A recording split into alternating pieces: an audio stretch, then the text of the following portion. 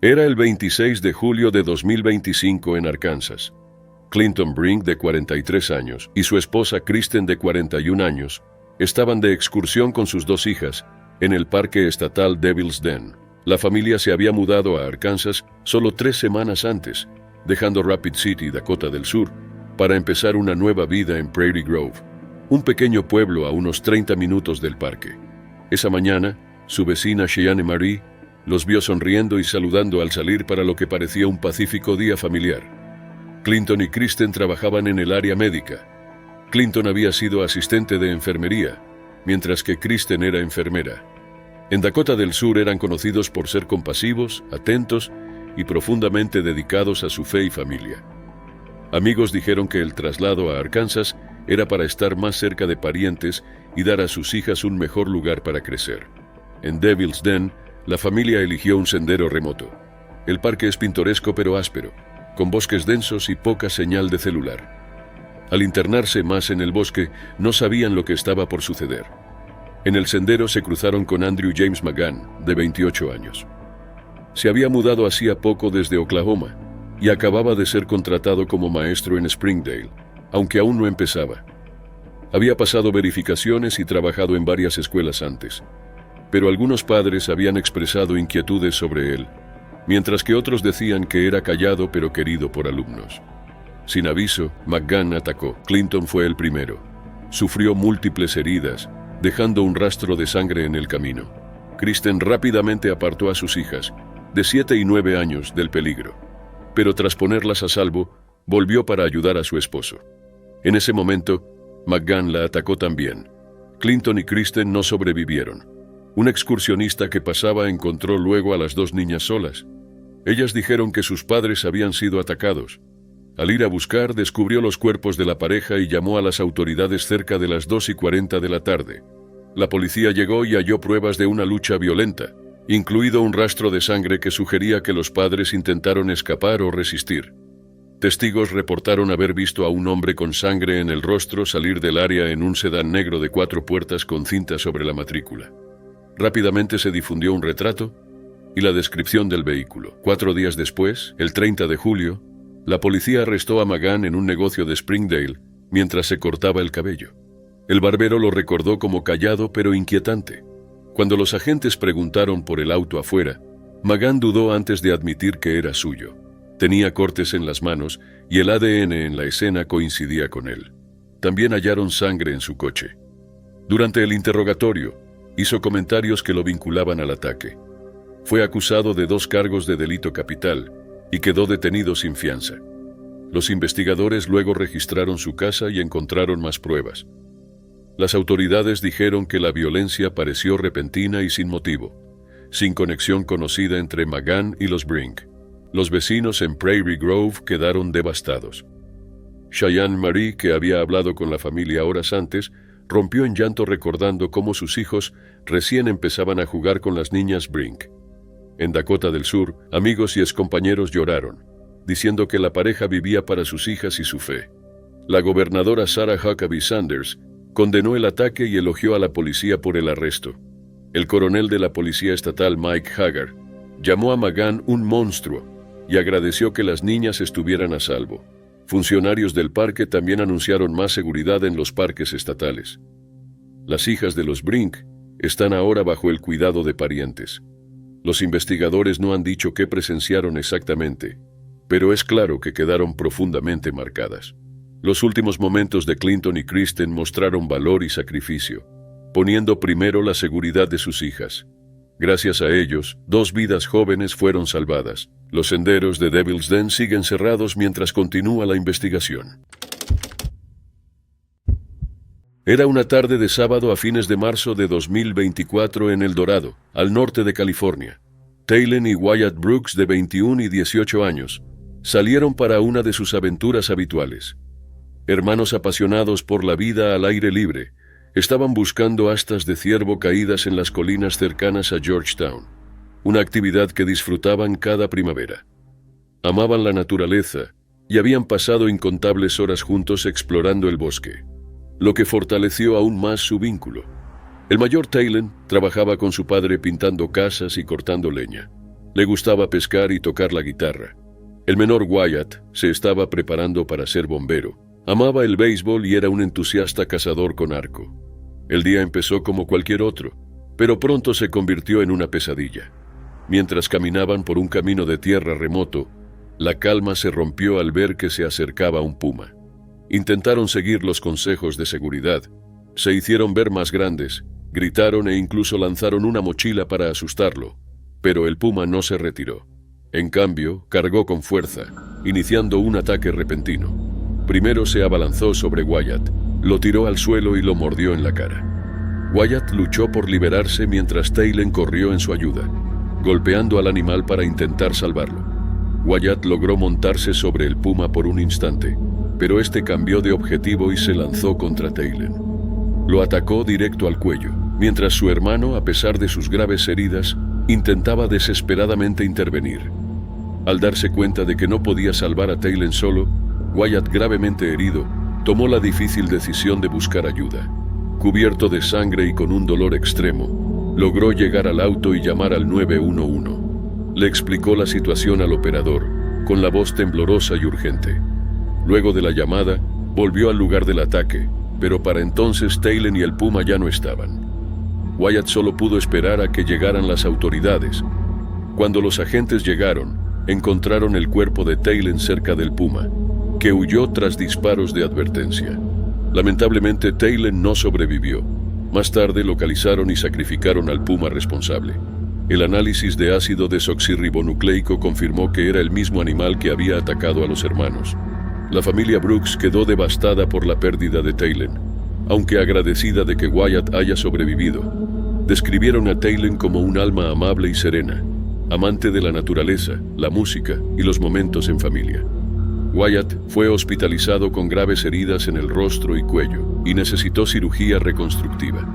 A pesar del trauma, mostró una fortaleza notable y ahora está enfocado en recuperarse y continuar su formación como bombero. La tragedia generó un debate sobre el manejo de la fauna en California. Malcolm Brooks, el tío de los hermanos, habló sobre las leyes de protección de pumas, especialmente la propuesta 117. Esta ley, aprobada en 1990, clasifica a los pumas como especie especialmente protegida, limitando las acciones en su contra. Malcolm sostiene que, si bien busca proteger la fauna, no contempla el creciente riesgo para las personas a medida que los territorios humanos y salvajes se superponen. Cree que es necesario revisar la normativa para evitar futuros incidentes. A pesar de conocer las normas de seguridad, las precauciones de Taylen y Wyatt no bastaron para detener el ataque. Los expertos recalcan que este tipo de hechos son extremadamente raros. Fue el primer ataque mortal de puma en California desde 2004 y el primero en El Dorado desde 1994. Los especialistas afirman que los pumas suelen evitar a los humanos, pero pueden volverse agresivos si escasea el alimento o se sienten amenazados. El puma implicado, un macho de 40 kilos en buen estado, actuó de forma impredecible. Mientras los investigadores siguen analizando su comportamiento, la familia Brooks enfrenta el duelo. Están decididos a concientizar y a impulsar medidas para reducir el riesgo de futuros ataques. Wyatt está decidido a honrar la memoria de su hermano. La familia Brooks, en medio del dolor, se siente orgullosa del valor de Taylen y Wyatt y de su amor por la naturaleza. Apoyan a Wyatt en su recuperación, aferrándose a los recuerdos de Taylen y al lazo especial que compartían. Era el 12 de octubre de 2024 en las montañas San Gabriel, al sur de California. Paul Lowe, un respetado fotoperiodista británico, había llegado a Estados Unidos solo unos días antes. A sus 60 años, había pasado la vida capturando imágenes en algunos de los lugares más difíciles del mundo. Pero este viaje no era por trabajo. Paul había venido a buscar a su hijo Emir, de 19 años, que llevaba 2 meses en Estados Unidos sin responderle a la familia. Lo que empezó como un intento de reconexión terminó en tragedia. Paul Lowe nació el 6 de noviembre de 1963 en Londres y se crió en Liverpool. Estudió Historia y Filosofía en Cambridge en 1986 y luego se formó en fotografía documental. Más tarde completó un doctorado en fotografía. A lo largo de los años, Paul viajó a más de 80 países documentando eventos globales importantes. Desde la caída del muro de Berlín hasta crisis humanitarias en África, su trabajo se enfocaba en el lado humano de la historia.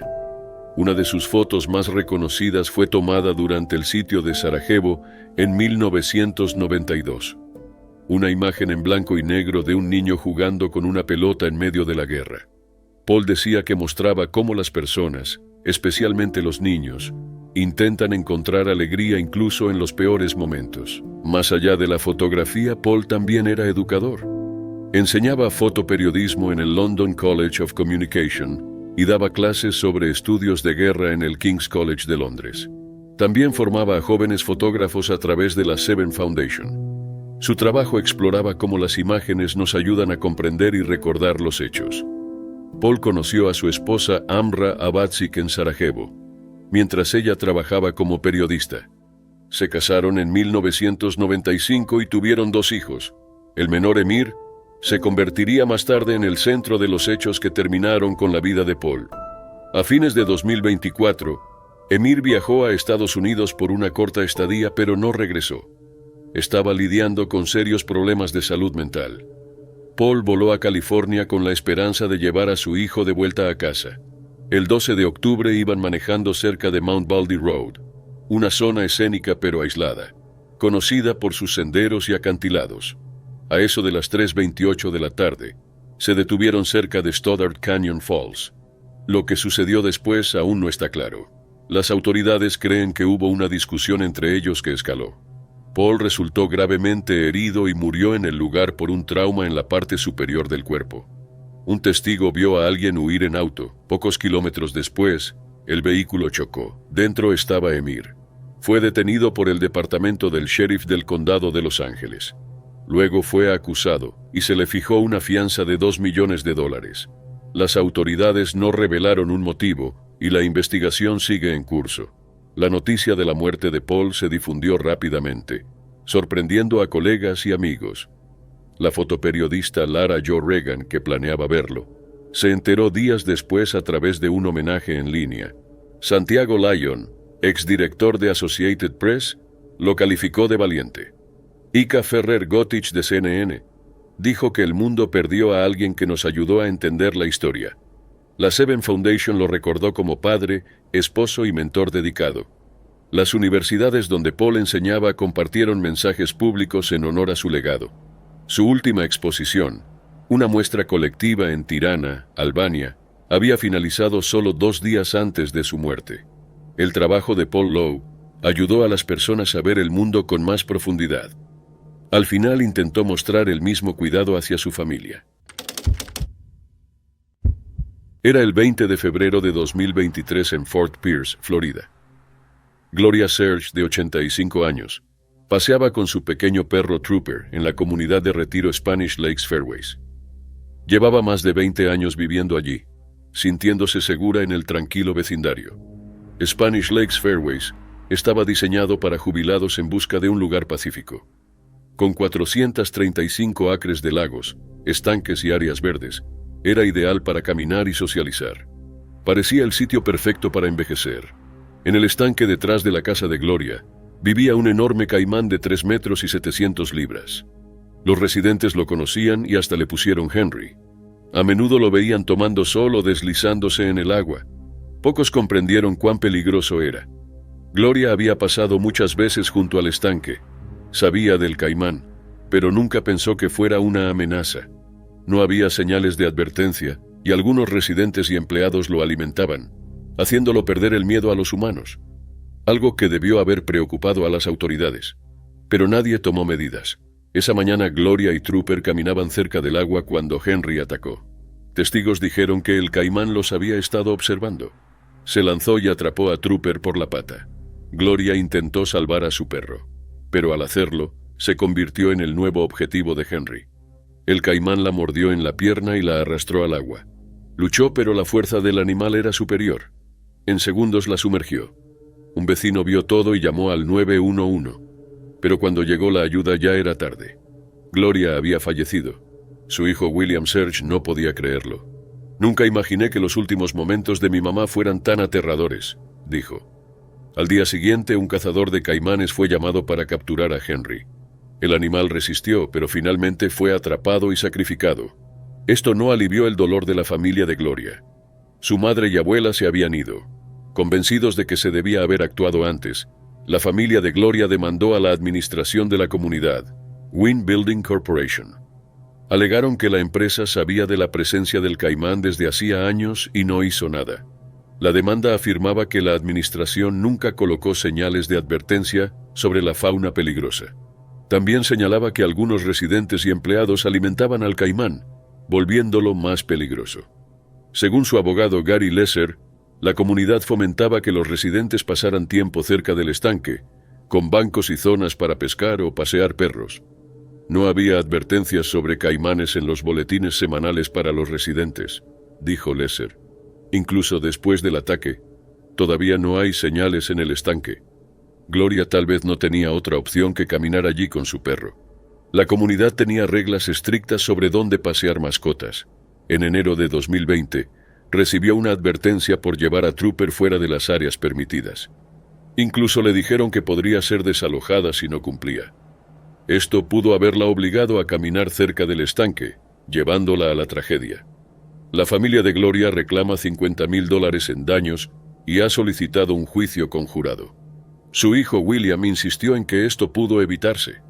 Esto nunca debió pasar, dijo. Nadie debería perder a su madre de esta manera. El presidente de la comunidad, Joel Wynn, defendió a la empresa. Reconoció la tragedia, pero argumentó que Gloria llevaba mucho tiempo allí y sabía sobre los caimanes. Entendemos el dolor de la familia, pero los caimanes son peligrosos por naturaleza, y la señora Serge sabía que estaban en la zona, afirmó Wynn. La familia creía que la comunidad falló en proteger a sus residentes. Si hubieran removido al caimán antes, puesto señales o advertido a la gente, ¿seguiría Gloria con vida? Lo que le pasó a Gloria Serge no fue solo un accidente trágico, fue algo que se pudo haber evitado. Ahora su familia busca justicia. Era el 23 de marzo de 2025 en el sendero Macaleja Falls en Kauai, Hawái. Gianna Buzzetta, una pastelera de 26 años de Oceanside, California, había llegado al lugar con el que soñó durante años. Estaba con su novio Connor Quinton, en lo que sería una caminata tranquila y memorable. Esa mañana, Gianna le dijo a Connor que él había hecho su sueño realidad. Estaba llena de felicidad, completamente presente, rodeada de naturaleza y del hombre que más amaba. Gianna no era una caminante cualquiera, era la chef pastelera ejecutiva de Jeune et Jolie, un restaurante con estrella Michelin en Carlsbad. Trabajaba allí desde hacía 4 años y era parte fundamental del equipo. Sus compañeros la describían como trabajadora, humilde y con un gran talento. A pesar del éxito, seguía con los pies en la tierra. Se destacaba por su humor agudo y su amor por los animales. Solía ser voluntaria en refugios y siempre pensaba en los demás antes que en sí misma. Esa mañana en Macaleja Falls comenzó en calma. Gianna y Connor estaban en una poza poco profunda al pie de la cascada, disfrutando del silencio. Entonces un ruido fuerte retumbó entre los acantilados. Connor miró hacia arriba, pero no logró ver de dónde venía. Segundos después, una roca enorme se desprendió desde lo alto y cayó con fuerza. No hubo tiempo para reaccionar. Golpeó directamente a Gianna en la cabeza y ella cayó al agua. Connor la sacó de inmediato. Estaba inconsciente, pero aún respiraba aunque sangraba mucho. Como no había señal en ese lugar remoto, Connor tomó una decisión. Saldría corriendo a pedir ayuda. Corrió 3 millas por terreno difícil, trepando rocas y atravesando maleza, decidido a encontrar señal. Cuando por fin la tuvo, llamó a emergencias. Los equipos de rescate actuaron rápido. Llegaron hasta la cascada, encontraron a Gianna con vida y trabajaron para estabilizarla. Fue trasladada en helicóptero al Wilcox Memorial Hospital y luego al Queens Medical Center en Honolulu, por la gravedad de sus heridas. Sus padres Kathy y Sal Buzzetta volaron de inmediato a Hawái. Llegaron a tiempo para estar con ella cuando falleció al día siguiente. La pérdida fue devastadora para su familia, pero les quedó algo de consuelo al saber que Gianna pasó sus últimas horas rodeada de la belleza con la que siempre soñó y con alguien a quien amaba. En Carlsbad, la noticia golpeó fuerte a la comunidad. En Jeune et Joly, su ausencia dejó un gran vacío. El dueño John Resnick describió la pérdida como paralizante. El equipo decía que ella aportaba energía, calidez y determinación a todo. Era segura pero humilde, callada pero expresiva a través de su arte, siempre buscando superarse. Su pasión por la pastelería comenzó desde joven. A los 12 años trabajaba con su madre en un negocio de eventos y flores. A los 17 solía tener 3 empleos a la vez. Tras terminar la secundaria, estudió en el Culinary Institute of America en Napa. Hizo pasantías en cocinas Michelin como Spago y Patina, en Los Ángeles, y luego volvió al sur de California para seguir creciendo. Mientras trabajaba en Jeune et Joly, también desarrolló un emprendimiento propio de tortas. Sus postres se destacaban por el equilibrio, coloridos y detallados pero sin excesos de dulzura, usando ingredientes naturales como frutas, hierbas y flores. Tras su muerte, Jeune et Joly anunció una cena a beneficio para el 7 de abril, destinada a ayudar con los gastos familiares. Se llenaron todas las mesas. Además, una amiga de la familia, Carly Wound, organizó una colecta online. La meta era de $225,000. En pocos días se habían recaudado más de 40,000, con donaciones de todo el país. Gianna era recordada por cuidar siempre de los demás. Se preocupaba por sus amigos, colaboraba en refugios y transmitía una fuerza serena en cada espacio que ocupaba. Su familia expresó profundo agradecimiento a los rescatistas y médicos que intentaron salvarla. También elogiaron a Connor, a quien llamaron un héroe por no rendirse jamás. Gianna Busetta no solo fue una gran chef, fue hija, amiga y alguien que vivió cada momento con intensidad. Ese día en Hawái vivía su sueño.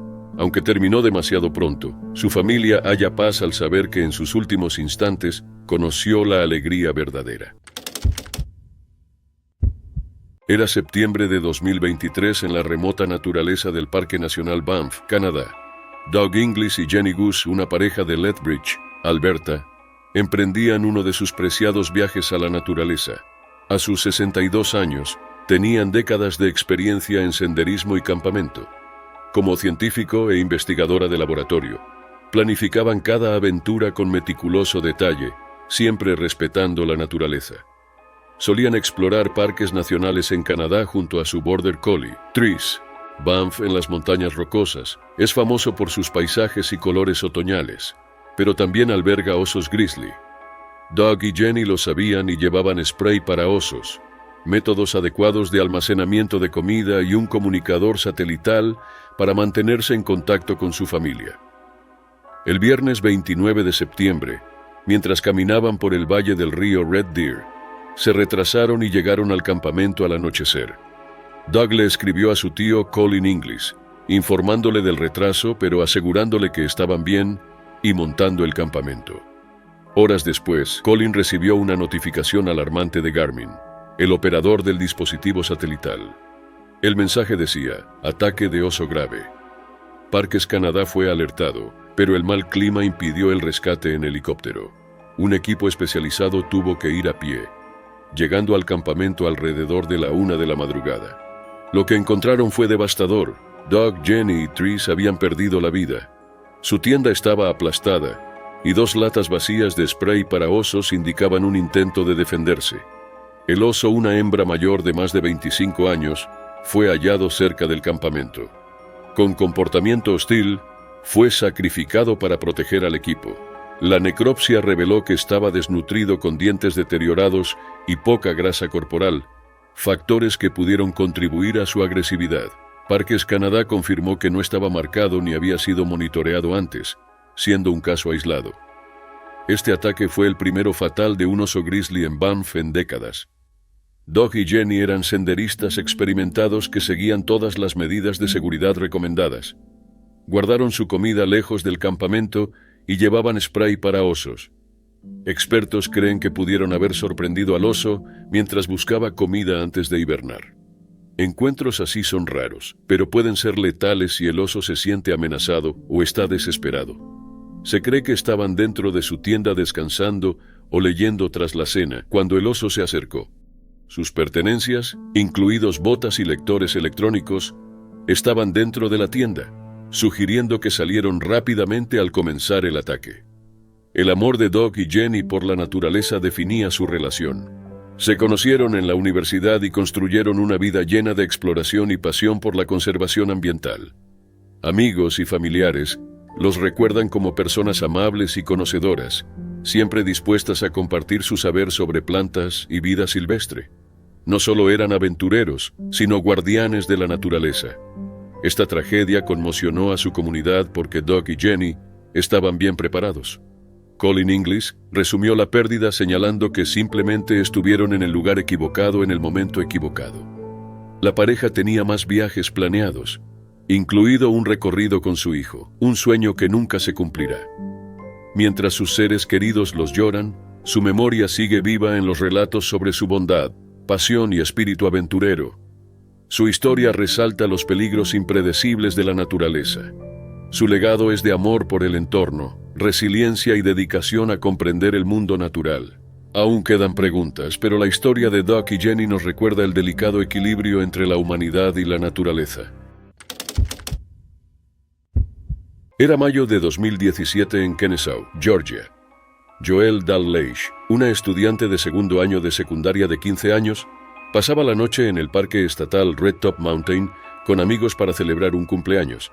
El viaje debía ser una escapada divertida, un descanso del estrés escolar y una oportunidad para crear recuerdos. Joelle lo había esperado con ansias por semanas. Era parte del equipo de atletismo de su escuela, querida por compañeros y profesores, y tenía el don de hacer sentir bien a todos. Su risa contagiosa y energía positiva la hacían inolvidable. Pero lo que debía ser una noche de diversión tomó un giro trágico. Después de un día de risas y cuentos alrededor del fuego, el grupo se acomodó en sus hamacas para dormir. El cielo estaba despejado y el bosque los envolvía en su calma. Joelle descansaba tranquila en su hamaca, sin saber que el desastre era inminente. Alrededor de las 11:30 de la noche, el árbol que sostenía su hamaca se partió de repente. Sin aviso cayó sobre ella con una fuerza devastadora. Su amiga Erin O'Reilly fue la única que vio todo. Erin corrió hacia Joelle llamándola por su nombre, pero no hubo respuesta.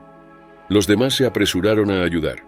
Alguien llamó al 911 mientras intentaban consolarla. El impacto le causó fracturas y graves lesiones internas. Su estado era crítico. Los paramédicos la trasladaron al centro médico de Cartersville. Debido a la gravedad de sus heridas, fue enviada a un centro de trauma en Chattanooga, Tennessee. Los médicos hicieron todo lo posible por salvarla, pero Joelle falleció en la madrugada del domingo. Tenía solo 15 años.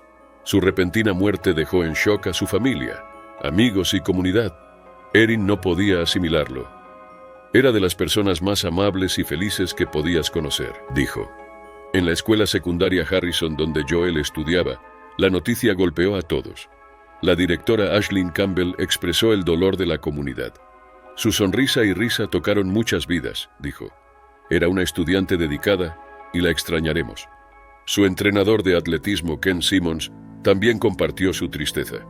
Joelle iluminaba a quienes la rodeaban. Hacía amigos con facilidad y siempre hacía sentir bien a los demás. Decididos a honrar su memoria, familiares, amigos y compañeros realizaron una vigilia en la escuela. Se reunieron para recordar a la joven que dejó una huella imborrable. Su madre habló sobre la alegría que Joelle llevaba a los demás, describiéndola con una risa contagiosa y un espíritu hermoso. Lo que hizo su historia aún más conmovedora fue un video que grabó meses antes. En enero, Joelle había compartido un mensaje sobre la fugacidad de la vida. Tras su muerte, sus amigos lo difundieron y pronto se viralizó en redes sociales. La vida es muy corta, decía en el video. Es más que escuela o trabajo. Cada segundo que pasas enojado o triste es un segundo de felicidad que no recuperarás. Habló sobre la importancia de la amabilidad y de valorar cada momento. Sus palabras cobraron un significado desgarrador tras su partida. El video tocó a muchas personas, incluso a quienes no la conocieron. Se convirtió en un recordatorio de apreciar la vida y cada instante. ¿Y si el árbol no hubiera caído? ¿Y si hubiera estado en otro lugar? ¿Y si solo hubiera sido una noche de celebración normal? Pero la más difícil de todas fue, ¿y si hubiera podido vivir el futuro que merecía? La historia de Joelle es un doloroso recordatorio de lo impredecible que es la vida. A veces ocurren cosas fuera de nuestro control, por más precavidos que seamos. Mientras sus seres queridos enfrentan su ausencia, se aferran a las lecciones que dejó. Ser amables, encontrar alegría en los pequeños momentos y aprovechar cada segundo. Era el 22 de noviembre de 2020 en los Pirineos, en la frontera franco-española. Esther Dingley, una británica de 37 años, estaba por terminar una travesía a pie en solitario. Tenía experiencia y solía compartir sus viajes online. Esther y su pareja Dan Collegate habían recorrido Europa en una casa rodante, contando todo en un blog. Esta vez decidió caminar sola. Esa tarde alcanzó la cima del Pic de Sauvegard, una montaña de 2.737 metros, y le mandó a Dan una selfie por WhatsApp a eso de las 4. Tuvieron una videollamada breve de 90 segundos. Fue lo último que se supo de ella. Esther planeaba dormir en el refugio de Benasque, un refugio sin personal cercano. Su ruta cruzaba a Francia y volvía a España, dentro de su nivel. Su último mensaje fue: capaz cruce a Francia. Ojalá haya sala de invierno. Te aviso cuando pueda. Te amo. Nunca volvió a escribirle. 3 días después, el 25 de noviembre, Dan la reportó como desaparecida. Estaba cuidando una casa a unos 160 kilómetros. La policía de ambos países inició una búsqueda conjunta en unos 1.100 kilómetros cuadrados, usando drones, helicópteros y rescatistas. No hubo señales de Esther. Con tormentas de nieve en diciembre, la búsqueda se pausó hasta la primavera. Dan se quedó en Francia y buscó siempre que pudo. Había detallado su ruta en un documento de 23 páginas, que Esther había confirmado, pero nada apareció. En febrero de 2021, Dan dijo públicamente que temía algo más que un accidente. Pensó que tal vez tuvo problemas con otras personas. No había pruebas y la policía siguió tratándolo como un accidente. En primavera, al derretirse la nieve, la búsqueda siguió. El 23 de julio, corredores de montaña hallaron parte de un cráneo humano cerca del Port de la Glare, al oeste de donde se vio por última vez. El ADN confirmó que era Esther. El 9 de agosto, Dan hizo un hallazgo devastador. Volvió a las montañas y enfocó su búsqueda a unos 400 metros bajo la cima del Pic de la Glare. Allí encontró sus cosas y su cuerpo, ocultos por la nieve por meses. Se recuperaron su teléfono, mochila y botas gastadas. Su carpa amarilla no apareció. Las botas mostraban mucho uso. Llevaba pinchos para hielo, pero no los tenía puestos. La autopsia indicó que murió al instante al caer unos 30 metros. Las heridas coincidían con una caída fuerte desde una arista rocosa. Se cree que resbaló en un camino helado, agravado por las suelas desgastadas. La policía revisó su celular, pero no encontró más allá de su última llamada con Dan. El lugar donde estaba era remoto y de difícil acceso, lo que demoró todo. No había señales de pelea ni de terceros. Todo indicaba que cayó mientras seguía su ruta planeada. Pese a su experiencia y equipo, las condiciones eran duras. Los detalles exactos siguen sin saberse, por el clima y el tiempo pasado. Dan, que nunca fue sospechoso, luego hizo una declaración con la madre de Esther. Agradecieron el apoyo y compartieron el dolor de perderla, tras meses de esperanza. El último viaje de Esther fue uno que había planeado con cuidado, pero incluso con experiencia, los riesgos de la naturaleza pueden ser imprevisibles. Era el 23 de diciembre de 2023 cerca de Anchorage, Alaska. Amanda Richmond Rogers, una enfermera de guardia de 45 años y madre de 4 hijos, estaba de excursión con su esposo Brian Rogers y sus 2 perros. El día era especial. Era su aniversario número 18 de casados. Tras pasar los 2 días previos con la madre y la hermana de Amanda, la pareja eligió pasar juntos. Fueron al sendero North Fork Eagle River, uno de los sitios favoritos de Amanda. El camino estaba silencioso. La nieve cubría el suelo y un río helado corría junto a ellos. Sus perros, incluido un lebrel irlandés llamado Groot, jugaban cerca. Todo parecía perfecto. Entonces cambió en un instante. Groot caminó hasta la orilla del río para beber cuando el hielo cedió.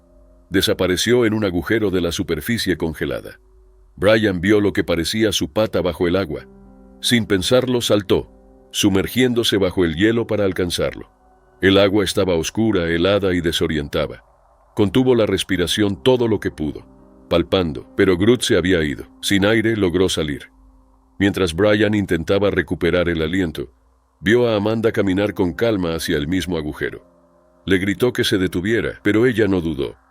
Formada en emergencias, Amanda había enfrentado crisis muchas veces. Pero esta no era su labor. Era su familia. Entró en el agua helada y nadó bajo la superficie. Luego desapareció. Brian corrió a la abertura desesperado por verla, pero Amanda nunca volvió a salir. En horas llegaron equipos de rescate. La Policía Estatal de Alaska, buzos, sonar, drones y perros de búsqueda fueron desplegados. Pero las condiciones eran brutales. El frío extremo hacía fallar el equipo. Algunos grupos debieron detenerse cuando sus herramientas se congelaron. El momento lo hacía aún más duro. Era apenas 2 días antes de Navidad y la familia de Amanda ya sufría. Su padre había muerto ese mismo año. Brian luego escribió que Amanda no entró por solo un perro. Groot era familia. Para él y sus 4 hijos, Amanda dio su vida como heroína. Amanda había forjado una carrera ayudando a otros. Fue enfermera de guardia, de hospicio pediátrico e incluso investigadora forense. Pero según Brian, el papel en el que más brillaba era ser madre. Sus 4 hijos Leif, Liam, August y Bodhi eran su mundo. El menor Bodhi tenía 10 años. Amanda amaba igual a los animales. Tenía más de 35.000 fotos en su teléfono, la mayoría de sus perros, y hasta un cuarto dedicado a mascotas pasadas. La búsqueda oficial terminó el 29 de diciembre, pero familia y vecinos siguieron. Durante 3 meses Amanda estuvo desaparecida. Luego, el 24 de marzo, hallaron su cuerpo cerca del sendero. Lo que sorprendió a todos fue que aún sostenía a Groot en brazos. Su hermana lo confirmó. Amanda había hecho exactamente lo que quería, lo encontró y nunca lo soltó. Sus hijos la recordaron a su modo. Leif pidió vivir sin arrepentimientos. Liam dijo que era tan especial que Dios no pudo esperar para verla. August recordó enfocarse en el tiempo vivido y no en lo perdido. Y Bodhi expresó simplemente que ella habría elegido a su esposo, sus hijos y sus perros antes que a nada en el mundo. Sus colegas le dedicaron una ceremonia a Nightingale. Para ellos no era solo una enfermera hábil, sino alguien que realmente se preocupaba. Amanda Richmond Rogers fue esposa, madre y enfermera, alguien que dio su vida a los demás. En ese río helado su último acto no fue distinto. Entró por alguien a quien amaba y nunca lo soltó. El 27 de julio de 2023, Muhammad Hassan, un porteador pakistaní de 27 años, enfrentó circunstancias inimaginables en el Karakorum 2, la segunda cima más alta y una de las más peligrosas del mundo. Conocida por sus pendientes extremas, clima brutal y condiciones impredecibles, el Karakorum 2 pone a prueba hasta a los alpinistas más expertos. Pero Hassan no buscaba fama ni gloria. Solo quería mantener a su esposa, sus 3 hijos y su abuela mayor, trabajando como porteador en la expedición Lela Peak. Hassan se había unido recientemente al equipo como parte del grupo encargado de fijar las cuerdas, una tarea crítica pero peligrosa en cualquier expedición grande. El cuello de botella del Karakorum 2, un paso estrecho justo bajo el imponente Gran Serac, es tristemente famoso por sus avalanchas mortales y desafíos técnicos. Esa noche, cerca de las 2:30 de la madrugada, Hassan subía por ese tramo junto a decenas de escaladores. Algunos buscaban récords, otros solo llegar a la cima. Pero Hassan no estaba preparado para una escalada tan extrema. Su equipo era insuficiente y no tenía el entrenamiento adecuado para gran altitud. A pesar de las advertencias de alpinistas experimentados y sherpas, continuó decidido a cumplir su función. Mientras avanzaba por el cuello de botella, Hassan resbaló y cayó, quedando atrapado cabeza abajo a más de 8.000 metros de altura. El aire delgado, el frío extremo y la falta de oxígeno empeoraron rápidamente su estado. Su mascarilla de oxígeno se rompió, no podía moverse ni hablar y sufría un dolor intenso. Aunque estaba al borde de la muerte, decenas de escaladores pasaron a su lado sin prestarle ayuda, enfocados en su ascenso. 2 personas, Tengen Sherpa y el camarógrafo Gabriel Tarso, intentaron ayudar. Tengen logró mantenerlo consciente por un tiempo, pero el clima empeoraba y los recursos eran escasos, por lo que tuvo que abandonar el rescate. Tarso, con problemas en su oxígeno, también se vio obligado a retirarse. Mientras tanto, otros alpinistas seguían subiendo, incluso pasando por encima del cuerpo inmóvil de Hassan. Más tarde, imágenes del alpinista austríaco Philipp Fleimig confirmaron que Hassan seguía vivo horas después de la caída. Aún así, no se organizó ningún rescate coordinado.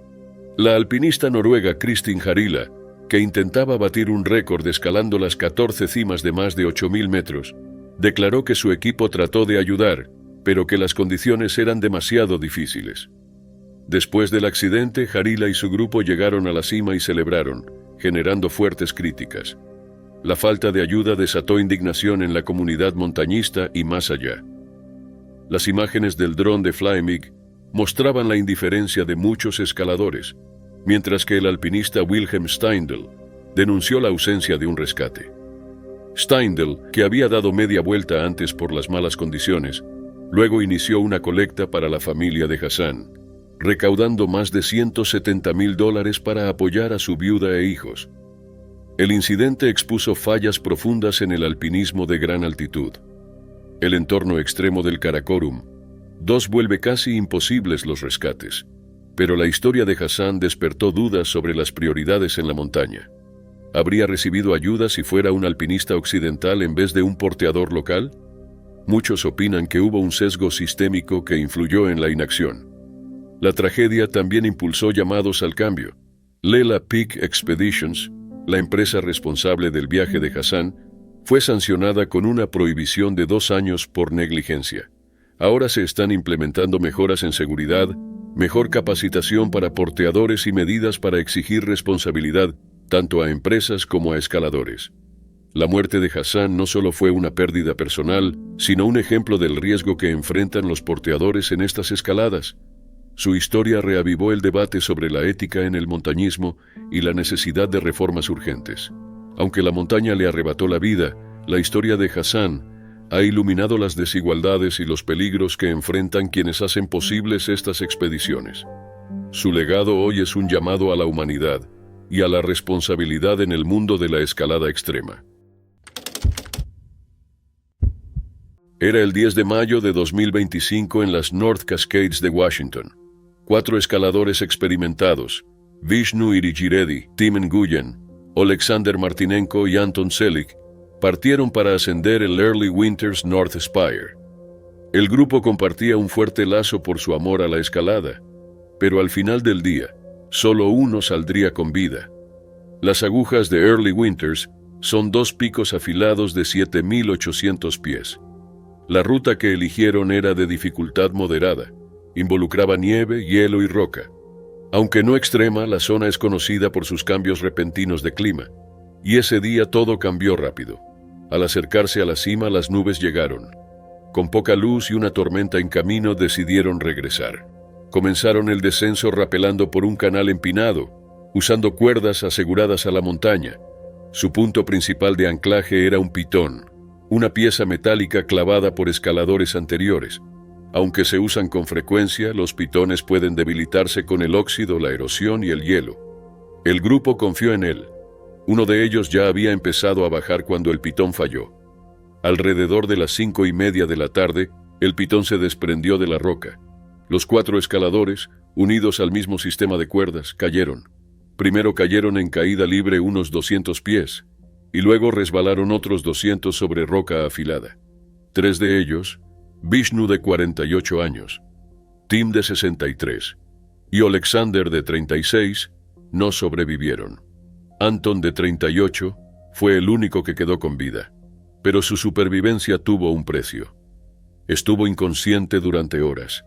Al despertar ya era de noche. Estaba enredado en cuerdas, gravemente herido y solo. Tenía trauma craneal, costillas magulladas, hemorragia interna y apenas podía respirar. Aún así logró levantarse. Con una herramienta de hielo y lo poco de fuerza que le quedaba, Anton pasó 8 horas arrastrándose por terreno empinado y nevado. No tenía linterna ni forma de pedir ayuda. Finalmente llegó a su auto. En lugar de manejar hacia el este hacia Masama, a solo 15 millas, Anton, sin conocer bien la zona, fue hacia el oeste. Condujo más de 60 millas. Incluso chocó contra una barrera, hasta llegar a New Harlem. Allí, en un teléfono público, llamó al 911. Le dijo al operador que tenía el rostro golpeado, igual que las manos y las costillas. Apenas podía respirar y explicó que todo el equipo había caído. Aunque estaba en shock, al principio rechazó ayuda. Los rescatistas lo convencieron de esperar. Luego fue trasladado en helicóptero al Harbor View Medical Center en Seattle. Los médicos confirmaron una lesión grave en la cabeza y sangrado interno. Mientras Anton era tratado, un equipo de rescate fue enviado a la montaña. La zona era demasiado peligrosa para acceder a pie. Usando coordenadas GPS del dispositivo del grupo, compartidas por un amigo, el equipo llegó en helicóptero. Recuperaron los 3 cuerpos uno por uno. Los investigadores descubrieron que el pitón se había soltado. Aún estaba unido a la cuerda, pero se veía oxidado y muy antiguo. La falla de esa única pieza provocó todo el accidente. Los escaladores usan anclajes de respaldo. No se sabe si este grupo tenía uno. El resto del equipo parecía nuevo y bien cuidado, lo que muestra que estaban preparados. Pero ni la mejor planificación puede evitar una caída si el anclaje principal falla. Las agujas de Early Winters atraen por su belleza y desafío, pero también son peligrosas. Lo que empezó como un descenso rutinario terminó siendo uno de los peores accidentes de escalada de la zona en años. Anton, el único sobreviviente, eligió no hablar públicamente y centrarse en su recuperación. Su supervivencia fue descrita como increíble. Un oficial dijo que no debería haber vivido, pero lo hizo. Vishnu era vicepresidente en Fluke Corporation. La empresa lo llamó un líder extraordinario. Alexander, o Alex, dejó a su esposa y a un hijo pequeño. Tim era un escalador de toda la vida de Renton, Washington. Los 4 eran amigos muy cercanos. Un rescatista señaló que incidentes con tantas muertes son muy raros. En los últimos 7 años, solo otro ocurrió en Yosemite. Los investigadores aún revisan el equipo, pero una cosa es segura: un solo pitón desgastado causó el desastre. Y en escalada, a veces eso es todo lo que se necesita. Era el 1 de junio de 2024 en el Valle de Aosta, al norte de Italia.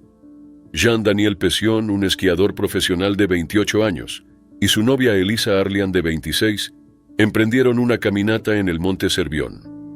Pession era un esquiador de velocidad talentoso, ubicado en el puesto 15 en la Copa del Mundo de 2021, mientras que Elisa era instructora de esquí y compartía su amor por las montañas.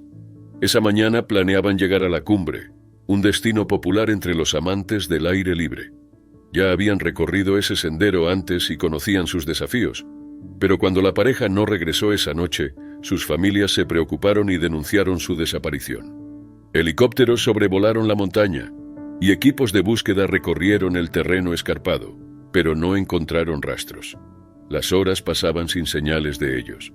Los rescatistas detectaron una señal de uno de sus teléfonos, que los llevó hasta el sitio de la tragedia. Al llegar, hallaron los cuerpos de Pession y Arlian enterrados en la nieve.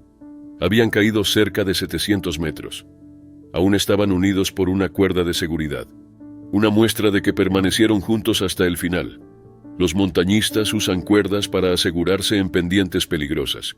El hecho de que siguieran atados sugiere que iban juntos cuando ocurrió la caída, quizás tratando de ayudarse o mantenerse cerca mientras el suelo cedía bajo ellos.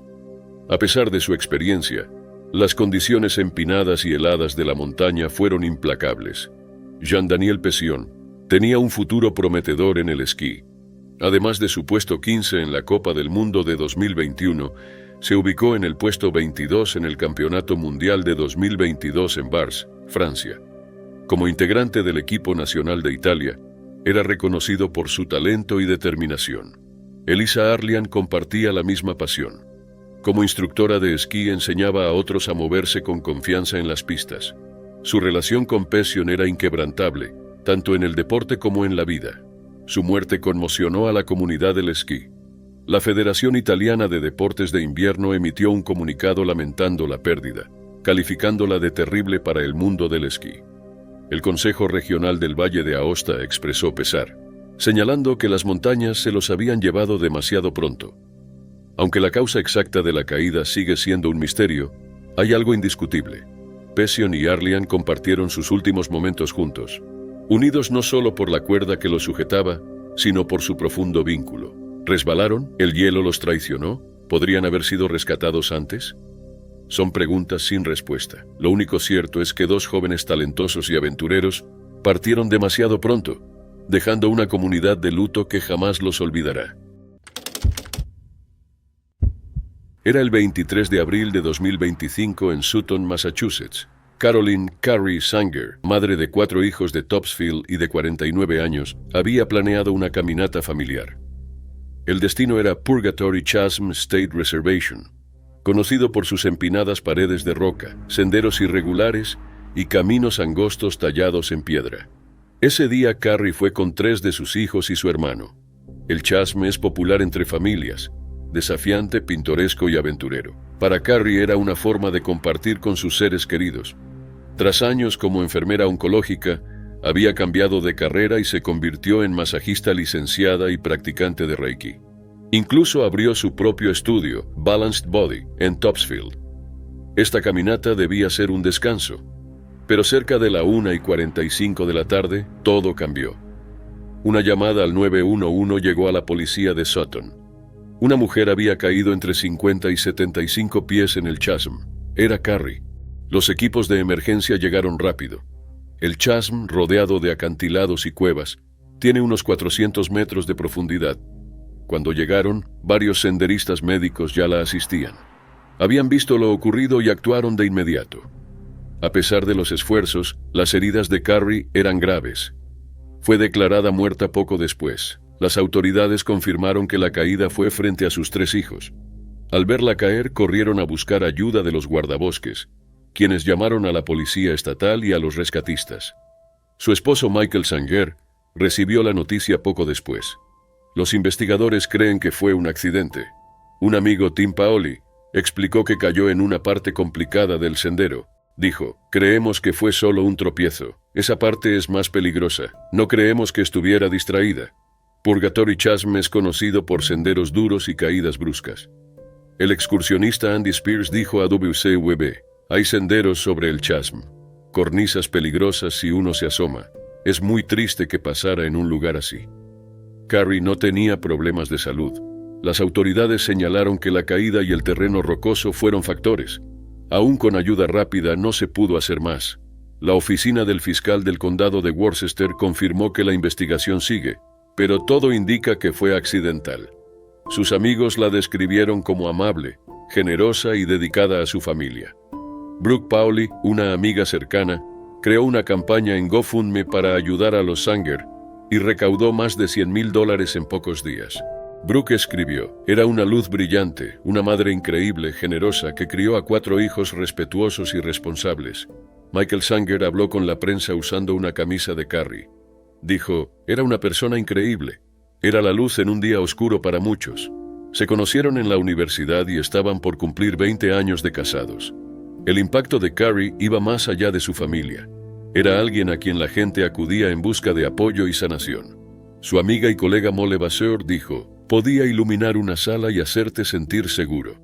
Carrie había dejado la enfermería para enfocarse en su práctica de bienestar.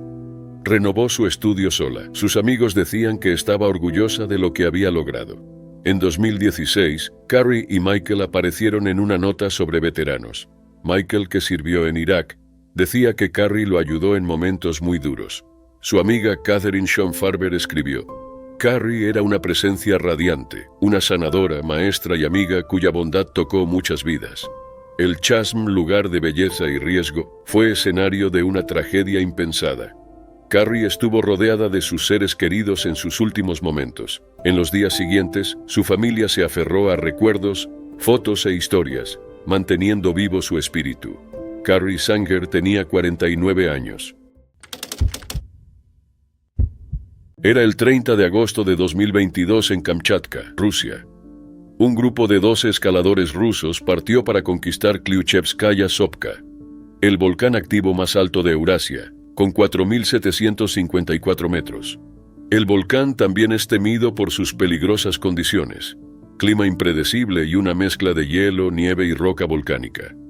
El grupo, liderado por 2 guías expertos y organizado por la empresa de turismo Extreme Time de Novosibirsk, esperaba un gran desafío. Los escaladores provenientes de diversas regiones de Rusia comenzaron el ascenso. El clima era favorable y avanzaron sin problemas más allá de una estación de investigación a 3.300 metros. Pero al subir más, Las condiciones empeoraron rápidamente. Las tormentas de nieve se intensificaron y el entorno extremo puso a prueba su resistencia. Al alcanzar los 4.158 metros, la situación se volvió crítica. El desastre ocurrió cuando 5 escaladores, incluido un guía, perdieron el equilibrio y cayeron atados entre sí. El terreno empinado cubierto de hielo y nieve no les dio oportunidad de recuperarse. Murieron al instante. Otro escalador perdió el conocimiento en medio del caos, sin poder pedir ayuda. Entre los sobrevivientes, el guía Andrei Mishchenko sufrió una grave lesión en la pierna, complicando aún más la situación. El clima empeoró, temperaturas bajo cero, fuertes vientos y visibilidad casi nula. Intentar descender se convirtió en una lucha desesperada por la vida. 3 escaladores, incluido el guía Iván Alabugin, lograron descender más, pero las tormentas implacables obstaculizaron su progreso. Con la ropa empapada y sin refugio adecuado, quedaron expuestos al frío extremo y su situación se agravó. Para el 5 de septiembre, la magnitud de la tragedia quedó clara. 2 escaladores más murieron por el intenso frío, elevando la cifra de víctimas a 8. Las provisiones se agotaban y el clima impedía encender fuego para calentarse, atrapados cerca de la cumbre, sin ayuda a la vista. El 6 de septiembre los equipos de rescate llegaron a los sobrevivientes. Otro escalador había fallecido, aumentando las muertes a 9. Los sobrevivientes, incluido uno con grave congelamiento, fueron evacuados en helicóptero. Los cuerpos de los fallecidos fueron recuperados de las laderas congeladas del volcán. Aunque las condiciones del Klyuchevskaya Sopka fueron un factor clave, los investigadores también analizaron el papel de la empresa turística y los guías. Surgieron acusaciones de que el grupo no estaba suficientemente preparado para el ambiente hostil. Las autoridades detectaron irregularidades en la proporción de guías por escaladores y fallas en los protocolos de seguridad. También cuestionaron la decisión de seguir escalando pese al clima adverso. Se abrió un caso penal contra Andrei Stepanov, director de Extreme Time, por negligencia con resultado fatal. Las investigaciones revelaron que medidas críticas de seguridad fueron insuficientes o no se comunicaron correctamente. Aunque los guías tenían experiencia, la severidad inesperada de la tormenta superó su preparación y juicio. El desastre evidenció una combinación de factores: la naturaleza implacable de la montaña, errores humanos y malas decisiones. Aunque los escaladores eran experimentados y optimistas, el entorno hostil resultó ser un enemigo formidable. El desenlace habría sido diferente con mejor preparación o si hubieran retrocedido. Esas preguntas siguen sin respuesta, pero los sobrevivientes llevan consigo el recuerdo de una experiencia aterradora que los marcará para siempre. Era el 8 de octubre de 2024 en el Parque Nacional Yosemite, California. Harry Partington, un aventurero de 22 años oriundo de Perth, Australia, estaba recorriendo el sendero 4 Mile cuando ocurrió una tragedia inesperada. Amante de la naturaleza y de explorar el mundo, Harry era un excursionista con experiencia, que solía compartir fotos e historias de sus viajes en redes sociales. Este viaje a Yosemite iba a ser otra aventura inolvidable, pero terminó en dolor. El 4 Mile Trail es famoso por sus vistas impactantes, pero también por sus desafíos. Se extiende por casi 5 millas y asciende más de 3.000 pies, mostrando lugares icónicos como el Capitán, Yosemite Falls y Half Dome. Aunque es popular, el sendero exige concentración y resistencia por su terreno inclinado y rocoso. Ese día Harry caminaba solo por la tarde.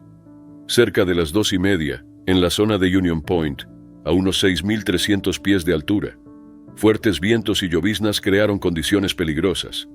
De repente, un gran árbol arrancado por las ráfagas cayó sobre el sendero. Golpeó a Harry, quien sufrió heridas fatales. Cerca de allí, una senderista alemana también fue alcanzada por otro árbol.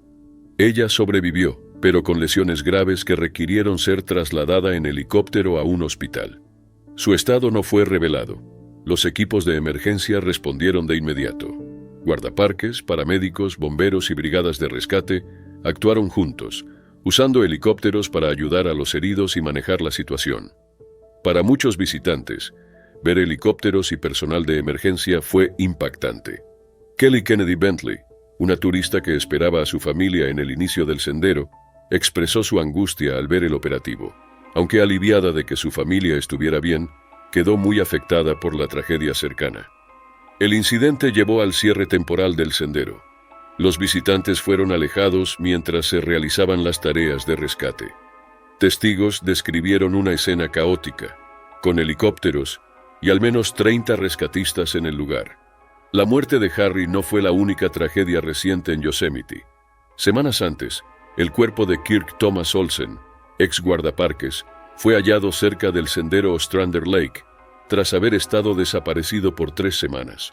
Estos hechos resaltan lo impredecible de las caminatas en la naturaleza, incluso en parques famosos. Desde su creación en 1890, más de 1.300 personas han muerto en Yosemite, muchas al caminar solas o enfrentar peligros inesperados. La oficina del sheriff del condado de Mariposa informó que se realizaría una autopsia para confirmar la causa de muerte de Harry, aunque todo apuntaba a la caída del árbol como motivo principal. Estos casos, provocados por lo que los expertos llaman árboles peligrosos, son raros, pero siguen siendo un riesgo reconocido en zonas boscosas. Para sus seres queridos, su partida repentina fue devastadora. En redes sociales, las despedidas se multiplicaron, recordando su espíritu aventurero y su amor por los viajes. Victor Markey, un gran amigo, escribió que el amor de Harry por explorar lo había llevado más lejos de lo que cualquiera podía alcanzar, pero que su recuerdo viviría en cada persona con la que conectó. Añadió que su grupo lo extrañaría profundamente. La historia de Harry nos recuerda los riesgos reales de explorar la naturaleza. Aunque era un senderista con experiencia, enfrentó un peligro imposible de evitar.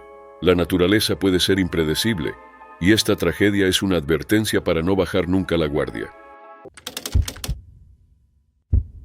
Era el 20 de noviembre de 2022 en las Montañas Azules de Australia. Richard Mills, un neozelandés de 36 años, escalaba con su amigo Gus Taylor. Eligieron una ruta famosa llamada Sweet Dreams. Richard era principiante y esta era su primera experiencia real en escalada. Gus tenía experiencia y quería introducirlo al deporte. Richard, apodado Millsy por sus amigos, era conocido por su espíritu aventurero y amor por la vida. Vivía en Australia hacía años, trabajando como roadie, gerente, actor de comerciales y vendedor de cerveza artesanal. Pero más que por sus trabajos, lo recordaban por su energía contagiosa, humor y carisma. Esa tarde Richard y Gus comenzaron la escalada. Era una ruta fácil, ideal para principiantes. Pero cuando Gus subía ocurrió un desastre. Una roca suelta bajo su pie cayó e impactó con fuerza en la espalda de Richard. La lesión fue grave y él colapsó, luchando por respirar. A pesar del dolor, Richard se aferró a la cuerda. Si la soltaba, Gus caería 7 metros al suelo. Incluso en estado crítico, sus acciones salvaron a su amigo. Gus logró estabilizarse, desatarse de la cuerda y bajar con cuidado hasta Richard. Lo sostuvo intentando calmarlo. «Vas a estar bien», le aseguró. Pero con cada minuto su condición empeoraba. Llamaron a emergencias, pero el rescate fue complicado. El terreno rocoso y el mal clima impidieron el uso de un helicóptero. Los paramédicos tuvieron que cruzar la zona a pie y descender en rápel hasta donde estaba Richard. Gus permaneció a su lado, abrumado por el miedo y la culpa. Se disculpaba una y otra vez, pero Richard con esfuerzo sonrió y le dijo: «Está bien, amigo». Esas fueron sus últimas palabras. Cuando llegaron los paramédicos, Richard había sufrido un paro cardíaco. Hicieron todo lo posible, pero sus heridas y la demora en recibir atención médica fueron fatales. Falleció en esa montaña, dejando a sus seres queridos en shock y dolor. Sus padres Mary y Oscar volaron a Australia para despedirse de su hijo. Abrazaron a Gus con compasión y sin culparlo. Su tío Mike Sandel lo describió como una persona que vivía al máximo cada momento. Los homenajes no tardaron en llegar, recordando su humor, calidez y espíritu aventurero. Un diario local lo describió como alguien que iluminaba cada lugar al que entraba. Su repentina partida dejó un vacío imposible de llenar. Para Gus la culpa era devastadora. Repasaba el accidente una y otra vez, preguntándose si pudo haber cambiado algo. Se culpaba aunque fue un hecho impredecible que nadie podía prever. Pero los padres de Richard lo tranquilizaron. Le recordaron que Richard le había salvado la vida al sujetar la cuerda. Millsy salvó a Gus, dijeron. Fue un acto de valentía en sus últimos momentos. Meses después encontró la fuerza para volver a las montañas. La terapia lo ayudó a procesar su duelo, pero escalar de nuevo fue difícil. El deporte que amaba ahora le recordaba a su amigo perdido. Hoy Gus escala con un nuevo propósito. Se está entrenando para competir en los Juegos Paralímpicos de 2028. Sigue adelante, llevando el recuerdo de Richard con él. La vida de Richard Mills se apagó en un accidente trágico, pero su espíritu aventurero y su último acto de valentía nunca serán olvidados. Vivió con intensidad, abrazando cada momento con alegría. Su historia es de coraje, amistad y resiliencia. ¿Habría sido distinto si la roca no hubiera caído? ¿Si el clima hubiera sido mejor? Lo que es seguro es que Richard dejó huella en todos los que lo rodearon. Era el 28 de octubre de 2019 cuando Tetsu, de 47 años, emprendió una caminata en solitario en el monte Fuji, la icónica cumbre de Japón. Su objetivo era transmitir en vivo su travesía en Nicónico, una popular plataforma de videos, bajo el título Vamos al nevado Monte Fuji. Pero la nieve cubría la montaña volviendo el sendero resbaladizo y peligroso. Aún así, Tetsu siguió adelante, vistiendo ropa de calle y llevando solo su smartphone y bastones de escalada. Al inicio, Tetsu parecía indiferente al frío. Comentó que sus dedos dolían, pero debía seguir operando su teléfono. La transmisión mostraba cómo avanzaba por el sendero nevado, con cada paso volviéndose más difícil. La nieve se hacía más profunda y la pendiente más empinada, pero él continuaba como si todo estuviera bien. Las rocas cubiertas de nieve representaban un riesgo, y el estrecho sendero carecía de protecciones. En un momento reconoció el peligro, diciendo que el lugar era resbaladizo y cada vez más arriesgado. Siguió avanzando, intentando apoyarse en las rocas para mayor estabilidad. A medida que las condiciones empeoraban, su enfoque en la transmisión parecía superar su preocupación por la seguridad. En un momento escalofriante resbaló y la transmisión se cortó abruptamente. Lo último que los espectadores vieron fueron sus bastones cayendo al vacío. Muchos contactaron a las autoridades, iniciando un operativo de búsqueda. Los equipos de rescate comenzaron la búsqueda temprano el 29 de octubre, recorriendo el terreno nevado. No fue hasta la tarde siguiente que hallaron su cuerpo cerca de la séptima estación del sendero, a unos 9.800 pies sobre el nivel del mar. Las autoridades confirmaron que había caído desde gran altura y el impacto fue fatal. Con una altitud de 12.389 pies, el monte Fuji es un símbolo de Japón, pero también un desafío peligroso, especialmente fuera de la temporada oficial de escalada, que termina en septiembre. En los meses fríos los senderos se vuelven inestables, y escalar en esa época es fuertemente desaconsejado. Las autoridades habían advertido sobre estos riesgos, pero muchos las ignoraban. La falta de preparación, experiencia y equipo adecuado de Tetsu influyeron en su trágico destino. No llevaba crampones, botas de nieve ni ropa de protección contra el frío extremo. Su vestimenta urbana lo dejó vulnerable al clima hostil. Aunque sus bastones ofrecían algo de apoyo, no eran suficientes para los caminos helados. Su deseo de entretener a su audiencia en línea pareció impulsarlo a seguir, llevándolo a un desenlace fatal. El incidente atrajo gran atención, no solo por su tragedia, sino también por sus circunstancias. Se cuestionó el riesgo de priorizar la fama en Internet sobre la seguridad personal. Transmitir actividades peligrosas puede atraer audiencia, pero también fomentar conductas temerarias. También se destacó el peligro de la tecnología moderna. Al transmitir su escalada en tiempo real, sus últimos momentos fueron presenciados por espectadores que solo pudieron mirar sin intervenir. Esto evidenció los riesgos de compartir actividades de alto riesgo, sin anteponer la seguridad y la preparación. Después del suceso, Tetsu fue galardonado póstumamente con el Premio Darwin 2020. Otorgado a quienes fallecen por decisiones prevenibles. Su falta de preparación y equipo lo convirtió en un ejemplo de los peligros de subestimar la naturaleza. ¿Pudo evitarse esta tragedia? Muchos creen que con mejor preparación, retrocediendo cuando el clima empeoró o priorizando su seguridad sobre el entretenimiento, su vida habría sido salvada.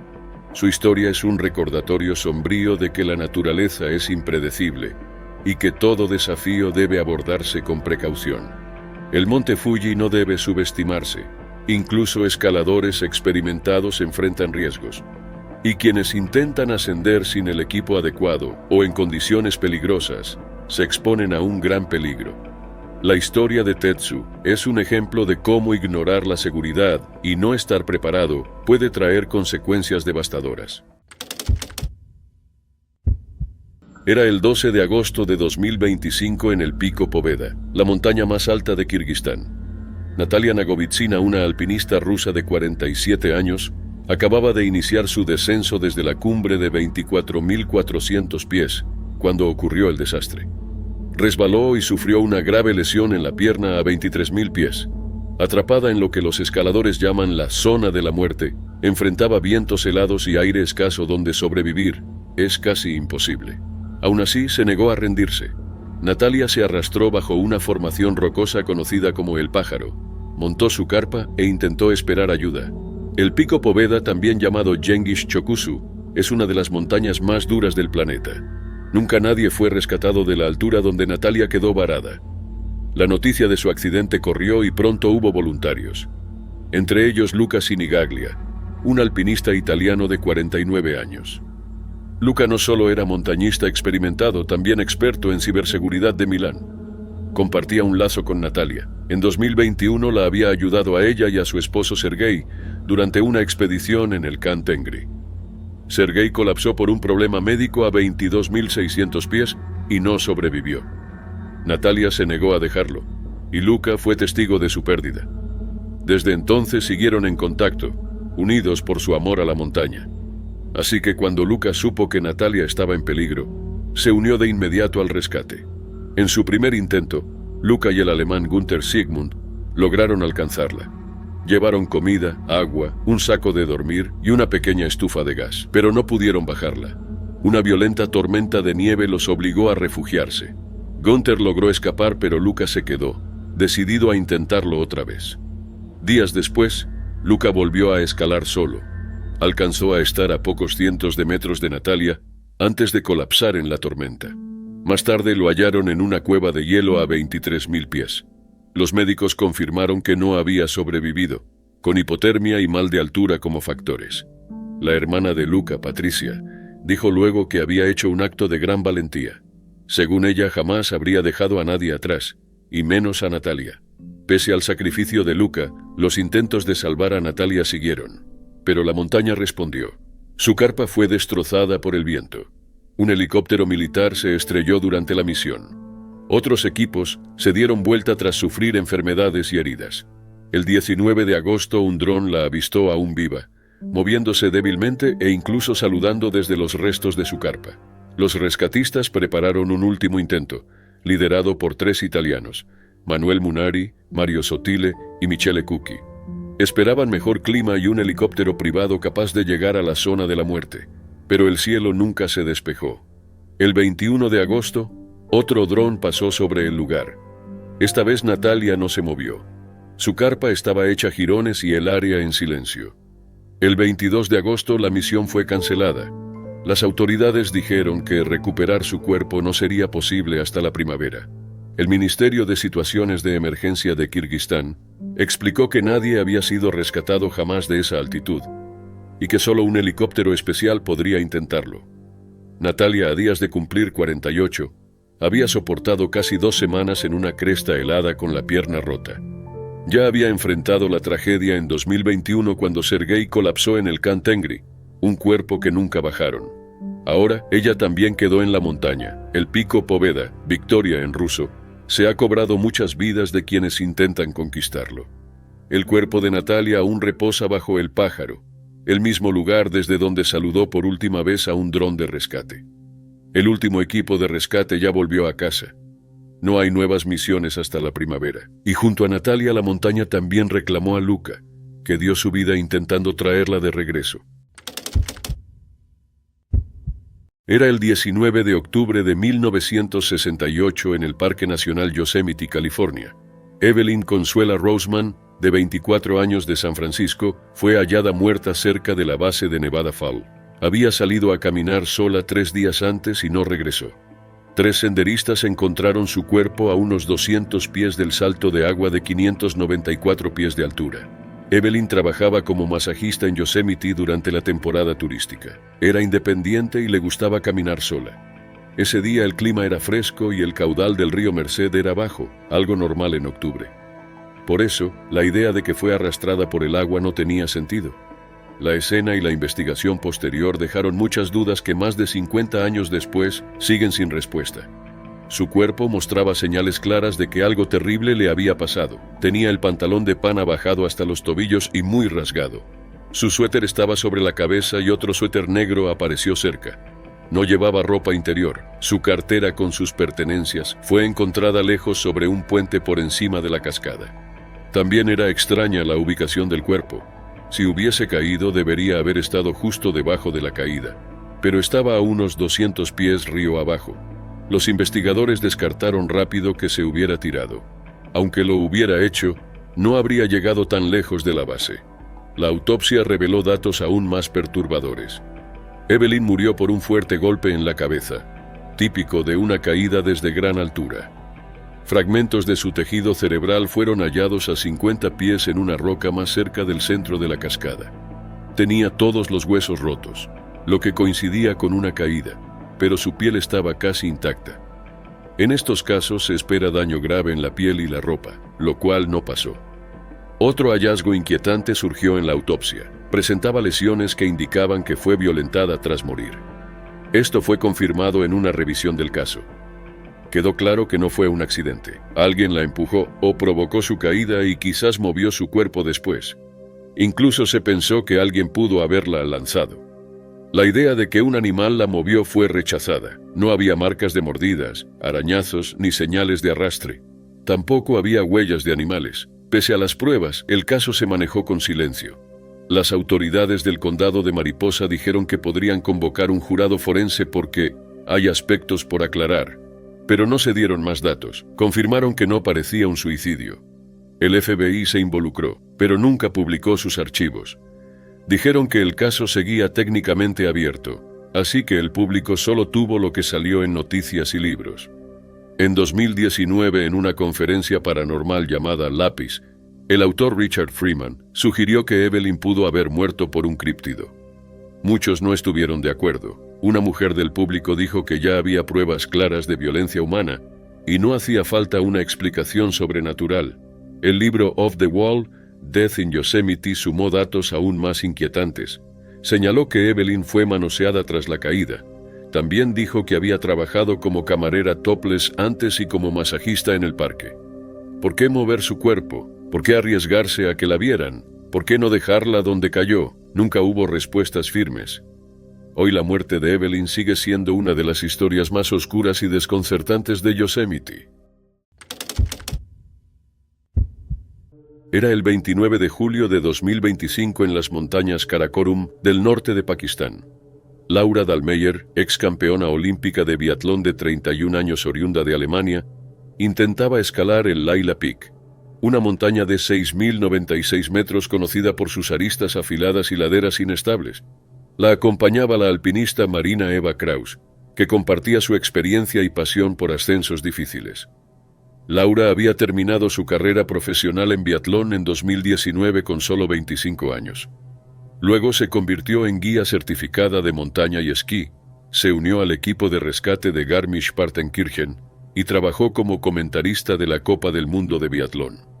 Las montañas se volvieron el centro de su vida. Semanas antes, Laura había escalado la Gran Torre del Trango, uno de los picos más duros del mundo, con más de 6.200 metros. Esa ascensión salió como planeaba, pero Laila Peak sería distinto.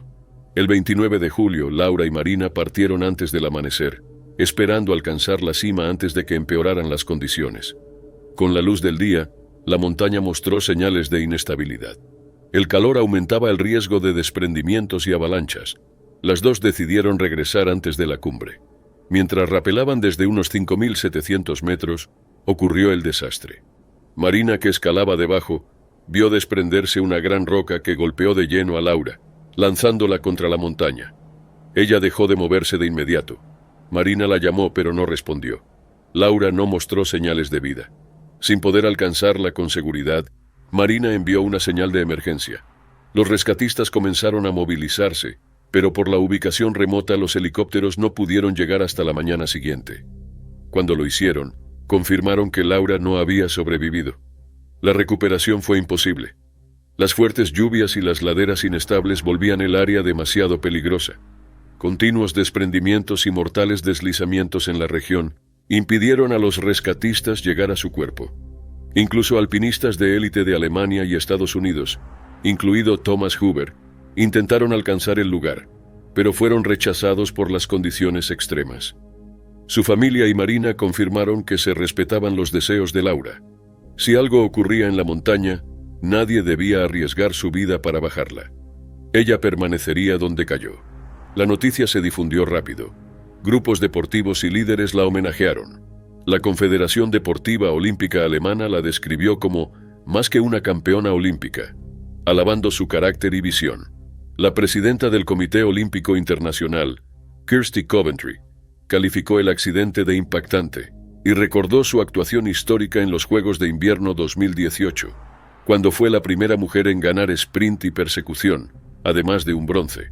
La carrera de Laura había sido extraordinaria: 7 oros, 3 platas y 5 bronces en mundiales de biatlón, 20 victorias en Copas del Mundo y el título general en la temporada 2016 a 2017.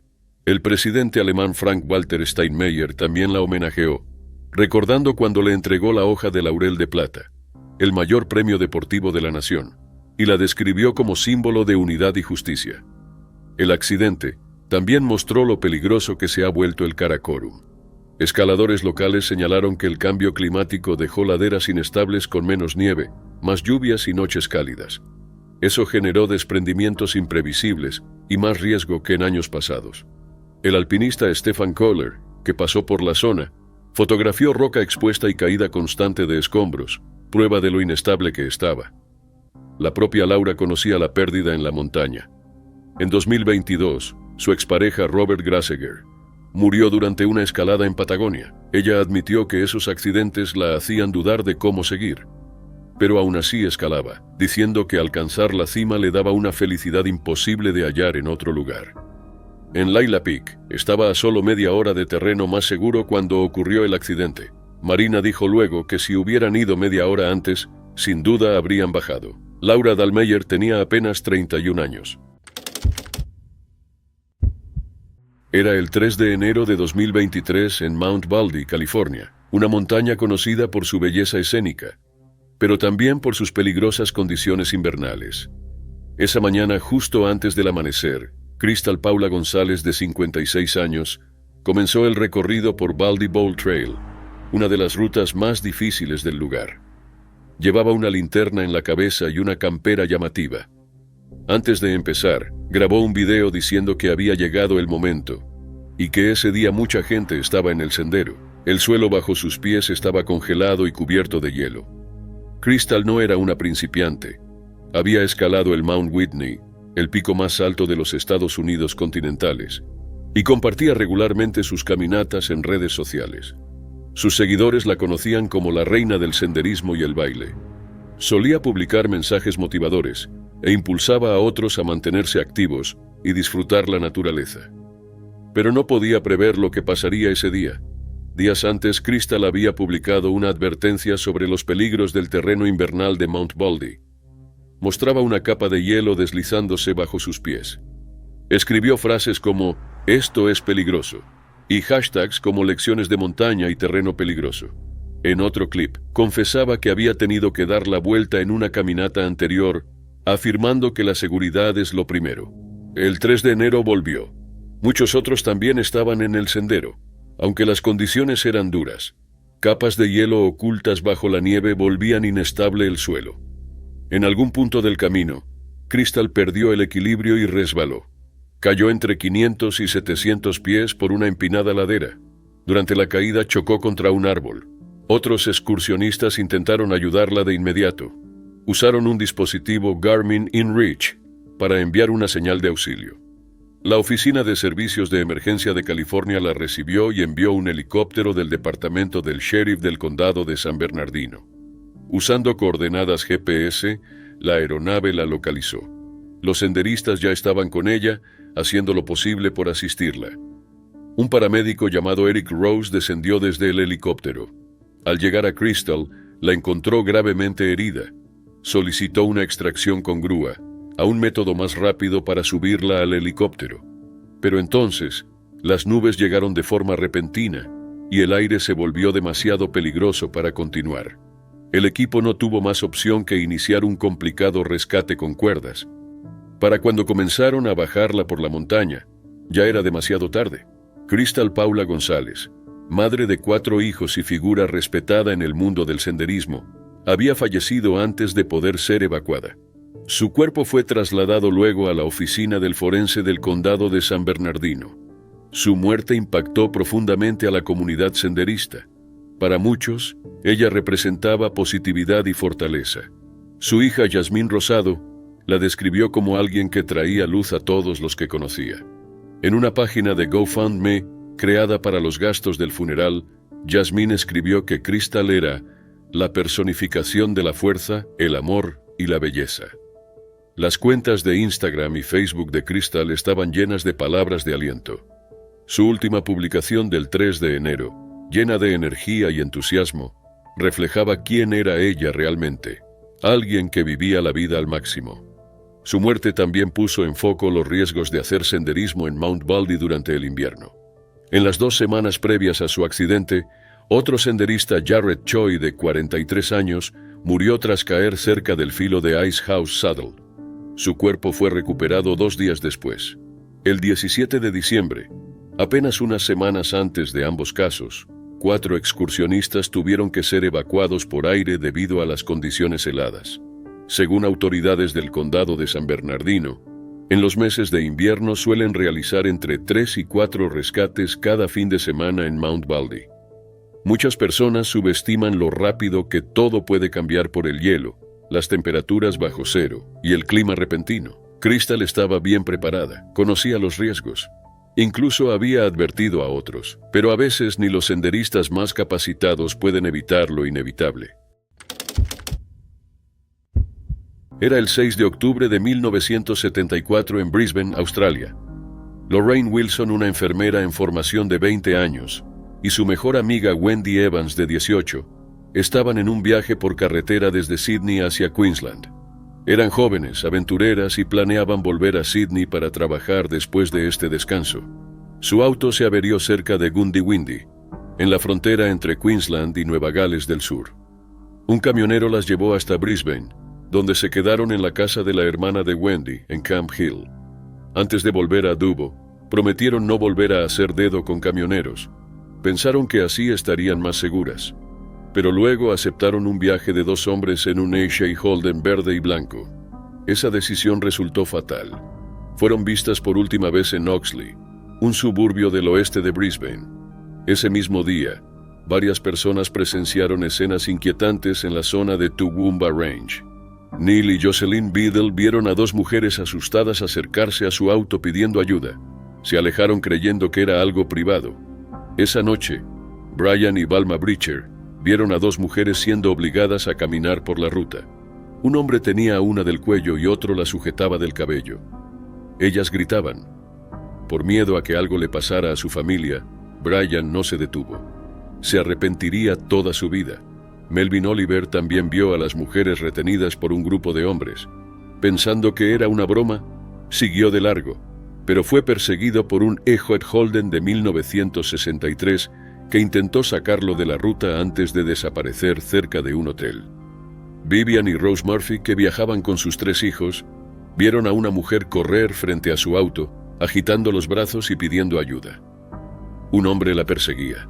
La otra mujer estaba cerca de un auto detenido, retenida por alguien.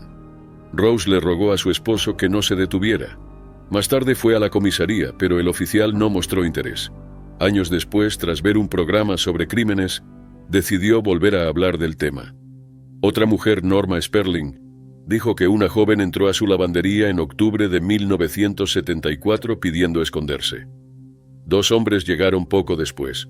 Uno la golpeó antes de arrastrarla a un auto. El esposo de Norma le dijo que no se metiera. Ella no lo denunció hasta 1989. Casi 2 años después, el 29 de junio de 1976, 2 excursionistas hallaron restos óseos cerca de Murphy's Creek. Las mujeres habían sido atadas con cordones de persianas venecianas. Lorraine probablemente murió por un golpe en la cabeza. Wendy, que intentó huir, fue golpeada varias veces en la cara. Una investigación en 1985 confirmó que murieron por hechos violentos, pero nadie fue acusado. Recién a fines de los años 80, el detective Paul Rouge reabrió el caso. Descubrió que la policía había ignorado pruebas importantes. Walter Lowry dijo que de niño vio a un grupo de hombres con 2 mujeres en un claro. Ellos bebían y reían alrededor de una fogata. Las mujeres eran dominadas. Cuando Walter intentó intervenir, su propio hermano lo golpeó hasta dejarlo inconsciente. Betty Stabe, quien vivió con Donald Donnie Lowry, dijo que él confesó que las mujeres estuvieron atadas a un árbol durante 2 o 3 días. Cuando ella le preguntó cómo lo sabía, él solo respondió que había oído cosas. Neil Shum contó que Wayne Boogie Hilton le dijo que había levantado a 2 enfermeras problemáticas y que se deshizo de ellas. Otro hombre, Darryl Sutton, iba en un auto con Donnie y Hilton cuando Hilton se quebró, diciendo que no quiso lastimar a las chicas. Hilton murió en un accidente en 1986. También fueron nombrados miembros de las familias Lowry y Hilton. Trevor Hilton dijo que todo el pueblo sabía lo que hacían. El grupo tenía antecedentes de atacar mujeres y las autoridades nunca los detuvieron. El forense Michael Barnes concluyó que Wayne Hilton y otros fueron responsables. Criticó a la policía por no investigar correctamente. El sospechoso Desmond Roy Hilton dijo que una vez limpió sangre del asiento trasero del Ehud Holden y escuchó a los hombres alardear sobre haber dañado a 2 chicas. Aunque nadie fue juzgado, la investigación reveló lo que realmente ocurrió. Las últimas horas de Lorraine y Wendy fueron aterradoras, y sus pedidos de ayuda fueron ignorados. Su historia sigue siendo uno de los casos sin resolver más perturbadores de Australia. Era el 1 de septiembre de 1974 en las montañas Siskiyou de Oregón, cerca de un área remota llamada Carberry Creek, próxima al desaparecido pueblo de Copper. Richard Cowden, un conductor de camión maderero de 28 años, había planeado trabajar en su entrada ese fin de semana. Pero tras una avería inesperada en su camión, él y su esposa Belinda, de 22 años, decidieron llevar a sus hijos David, de 5 años, y Melissa, de 5 meses, a una acampada improvisada. Empacaron su camioneta Ford de 1956, llevaron a su perro Droopy y se dirigieron al bosque. Los Cowden eran una familia sencilla de White City, Oregón, que amaba la naturaleza. Su campamento estaba junto a Carberry Creek, un lugar tranquilo en el bosque nacional Rogue River Siskiyou. La mañana del 1 de septiembre, Richard y David fueron vistos comprando leche en la tienda general de Copper alrededor de las 9. Fueron vistos por última vez caminando de regreso al campamento. Después de eso, la familia nunca fue vista con vida nuevamente. La madre de Belinda, que vivía cerca, los esperaba para cenar. Al no llegar, fue al campamento y sintió que algo no estaba bien. La camioneta estaba estacionada normalmente. Las llaves estaban sobre la mesa de picnic. El bolso de Belinda y la bolsa de pañales estaban a la vista. La estufa de campamento estaba montada, y el cartón de leche aún frío seguía allí. La billetera de Richard, su reloj de pulsera y un paquete de cigarrillos de Belinda estaban intactos. Solo faltaban los trajes de baño. Después de esperar una hora, llamó a la policía. Oficiales, patrulleros estatales y la Policía Estatal de Oregón llegaron esa noche. La escena era inquietante. El patrullero Erickson describió: ese campamento era espeluznante. Incluso la leche seguía en la mesa. A la mañana siguiente, el perro Droopy fue encontrado rascando la puerta de la tienda general de Copper. Estaba solo y sucio, pero vivo. La búsqueda que siguió fue masiva. Cientos de voluntarios, la Policía Estatal, la Guardia Nacional, Scouts exploradores y el Servicio Forestal de Estados Unidos peinaron el área a pie y por aire. Se usaron sensores infrarrojos desde helicópteros. Se buscaron más de 25 millas de terreno accidentado, pero no se encontró nada. La búsqueda oficial terminó el 7 de septiembre. Aún así, la familia y amigos de los Cowden siguieron buscando por su cuenta, fin de semana tras fin de semana. Nunca surgieron pistas. Los investigadores descartaron robo, ahogamiento o la idea de que la familia huyó. Richard ganaba lo suficiente para mantenerlos y todos los objetos de valor estaban intactos. Luego, el 12 de abril de 1975, dos buscadores de oro que caminaban 7 millas desde el campamento hicieron un macabro descubrimiento. Encontraron el cuerpo de un hombre atado a un árbol. Dentro de una cueva poco profunda sellada con rocas, estaban los restos de una mujer, un niño y un bebé.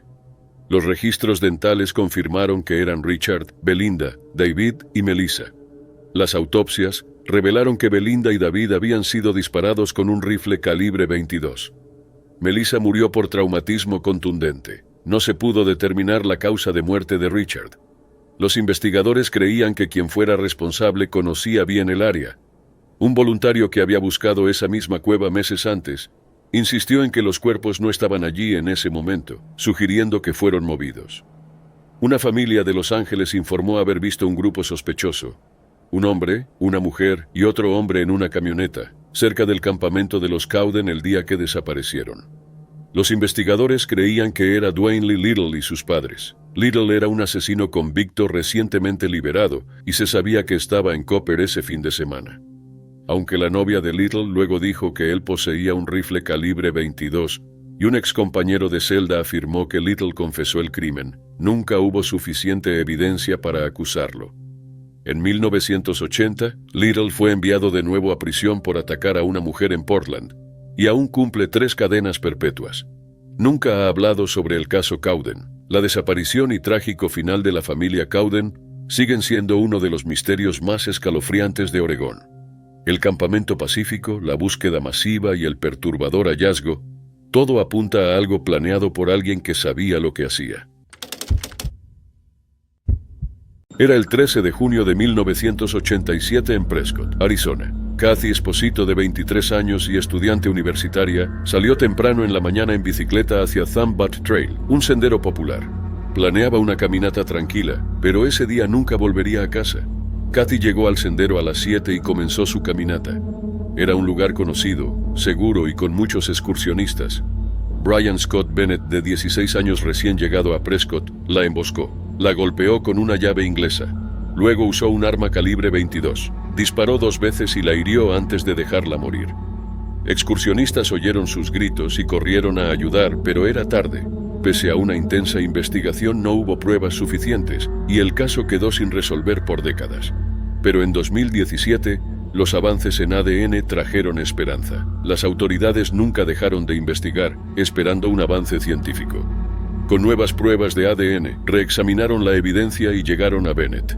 Él tenía 16 años cuando mató a Kathy. Se había mudado desde Kentucky, asistió brevemente a Prescott High School y luego abandonó. Lo que nadie sabía era que ella no fue su única víctima. 3 años después, otra mujer fue atacada en el mismo sendero. Acampaba con su novio y salió a caminar sola.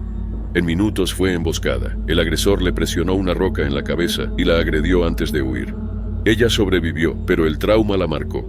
Ese mismo año, Bennett fue acusado de encerrar a una chica en una habitación en una fiesta en Chino Valley e intentar dañarla. Fue arrestado pero liberado por falta de pruebas. Luego, en junio de 1993, atacó de nuevo. Cerca de una oficina postal en Prescott, obligó a una mujer a subir a un auto con un cuchillo y la agredió. Un policía los detuvo por una infracción de tránsito sin saber que interrumpía un crimen. Bennett fue arrestado, pero no enfrentó cargos y quedó libre otra vez. En 1994, Bennett murió por su propia mano. En 2022, las autoridades exhumaron su cuerpo para comparar su ADN con pruebas antiguas. Los resultados confirmaron que él mató a Kathy y atacó a la mujer en 1990. Una de sus sobrevivientes, Renee Sandoval, había sido la mujer secuestrada en 1993. Gracias a la intervención del policía sobrevivió, pero le llevó décadas encontrar paz. En una conferencia en 2023 habló a Kathy: «Sos libre, todos esperamos mucho por esto». El caso de Kathy había sido uno de los crímenes sin resolver más antiguos del condado de Yavapai. Gracias al trabajo de la policía y los avances en ADN, finalmente se hizo justicia. Si bien el caso trajo alivio a la familia de Cathy y a los sobrevivientes, también dejó dudas. Las autoridades creen que Bennett tuvo más víctimas que nunca denunciaron. El sheriff David Rhodes, investigador clave, declaró: "No tengo dudas de que hay más casos.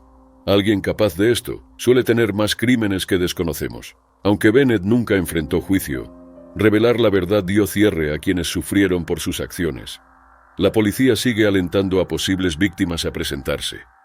Por décadas el asesinato de Cathy Esposito atormentó Prescott. Su caso se cerró gracias a detectives, voluntarios y expertos forenses. Nada cambia el pasado, pero la verdad le dio justicia a Cathy y sus seres queridos.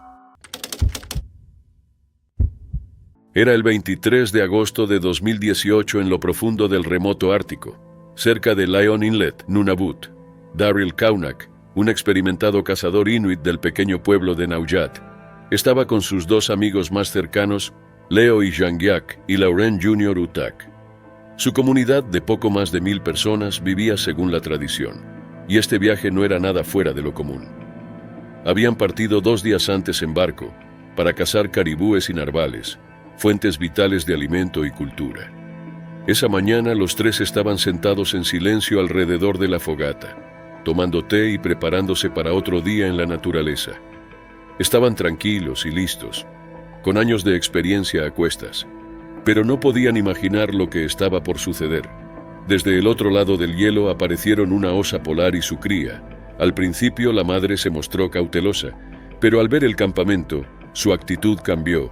Percibió a los hombres como una amenaza. Leo salió de la tienda y levantó su rifle.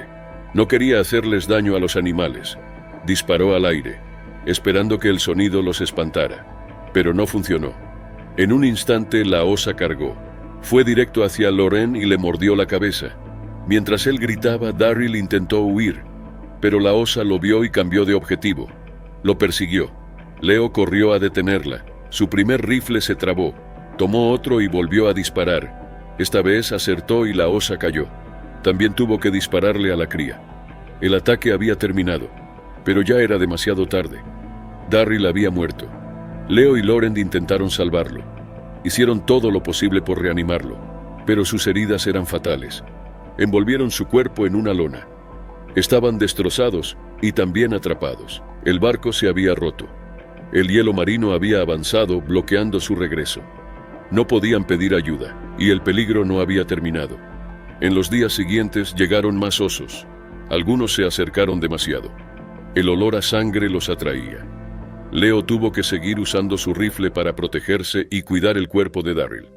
Le dijo a Lauren que asumiría toda la responsabilidad por cada oso que tuvieran que abatir. Su prioridad era sobrevivir. Durante días se quedaron dentro del barco, negándose a abandonar a Daryl. Habían hecho una promesa tácita: llevar a su amigo de regreso a casa. Finalmente, el 28 de agosto, un helicóptero del rompehielos de la Guardia Costera canadiense, el CCGS Louis Saint Laurent, los avistó. Leo y Lauren encendieron fogatas y agitaron los brazos pidiendo ayuda. Cuando el helicóptero aterrizó, se negaron a irse sin Daryl. Hicieron falta 3 hombres para subir su cuerpo. Cumplieron su promesa. Al menos 4 osos polares murieron en esos días, quizás más. El número exacto no está claro. La muerte de Daryl fue el segundo incidente fatal con osos en Nunavut ese verano. Semanas antes, Aaron Gibbons de Arviat había muerto protegiendo a sus hijos de otro oso.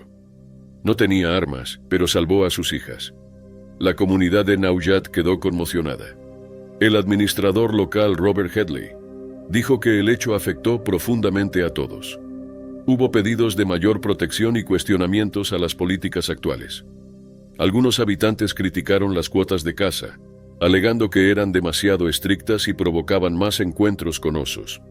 Otros, como el biólogo Andrew DeRocher, culparon al derretimiento del hielo marino, que empuja a los osos más cerca de las personas. Cuando la historia se hizo pública, las reacciones fueron diversas. Algunos se solidarizaron con los cazadores. Otros lamentaron la muerte de los osos. Un espectador comentó que todos estuvieron en el lugar equivocado, en el momento equivocado. Otro dijo que hicieron lo que tenían que hacer. Un tercero lamentó que también haya muerto la cría. Pero esto no era sobre culpables, era sobre 3 amigos varados en uno de los lugares más hostiles del planeta. Siguieron sus tradiciones, confiaron en su experiencia y enfrentaron algo para lo que nadie puede estar preparado. Daryl Kaunak no volvió con vida, pero sus amigos se aseguraron de que volviera a casa. Era el 23 de agosto de 2025 en Adelaida, Australia. Un hombre de 34 años llamado Stephen Paul Quinn salió a caminar en el Parque de Conservación Morialta, un lugar que visitaba seguido. Stephen era más que un excursionista. Se preocupaba de verdad por la naturaleza. Proteger el ambiente no era un pasatiempo, era parte de su vida. Ese sábado no estaba solo. Una mujer que había conocido en clase lo acompañaba. Era su primera salida juntos. Caminaron por el sendero Deep View Lookout, conocido por sus vistas amplias de acantilados y barrancos. Aunque hermoso, el mirador también es peligroso. Hay cercas en partes del camino para mantener a los visitantes alejados del borde.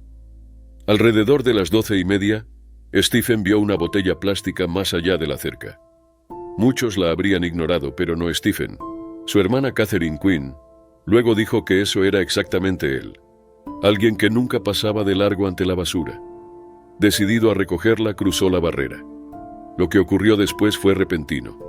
Stephen perdió pie y cayó al barranco. La caída era empinada, sin chance de detenerse. La mujer corrió por ayuda.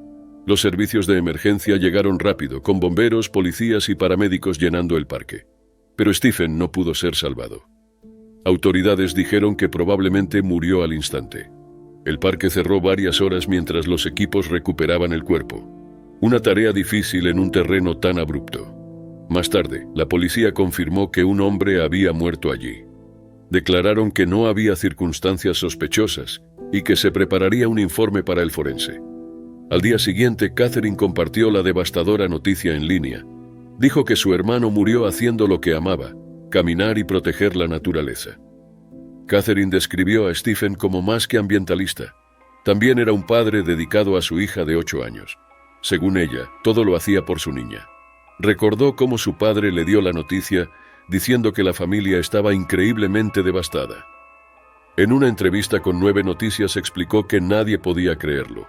Era tan joven, lleno de energía, apasionado por el clima y la sociedad, y el tipo de persona que siempre recogía basura. Stephen estaba terminando un grado en ciencias, preparándose para una carrera en ciencias ambientales. Su meta era usar su conocimiento para proteger el planeta. Catherine dijo que ahora espera que su pasión deje huella, porque eso es lo que él hubiera querido. Los homenajes pronto llegaron en línea. Amigos lo llamaban Queenie, describiéndolo como amable, generoso y siempre presente para los suyos. Uno dijo que tenía tanto tiempo para todos y tanta bondad.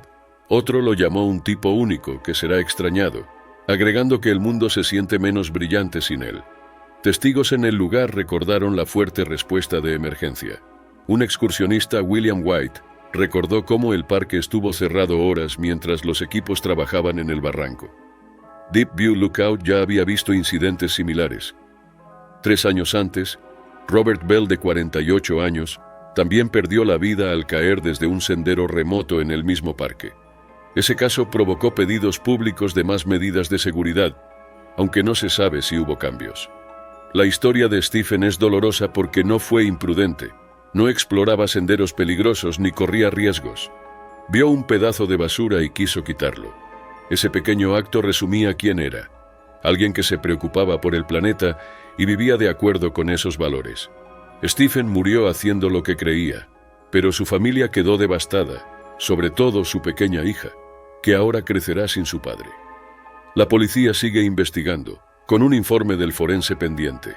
Para su hermana Catherine, la esperanza es clara, que la gente recuerde a Stephen no solo por cómo murió, sino por cómo vivió, solidario, desinteresado y dedicado a proteger el mundo a su alrededor. En el verano de 1960, 4 adolescentes emprendieron un tranquilo viaje de campamento cerca del lago Bodom en Espoo, Finlandia.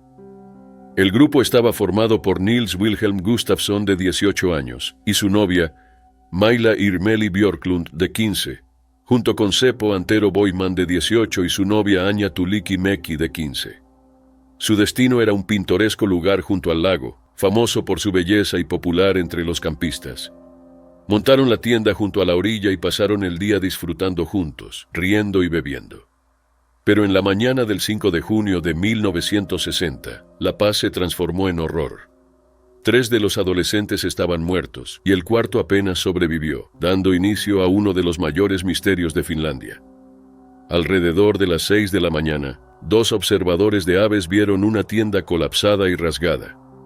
También notaron a un hombre rubio alejándose, pero no le dieron importancia. Poco después un transeúnte halló la escena del crimen. Maila Björklund estaba fuera de la tienda, desnuda de la cintura para abajo y con heridas graves. Su atacante le infligió múltiples lesiones. Dentro de la tienda yacían Seppo Boisman y Anja Mäki, apuñalados y golpeados. La tienda mostraba cortes hechos desde el exterior.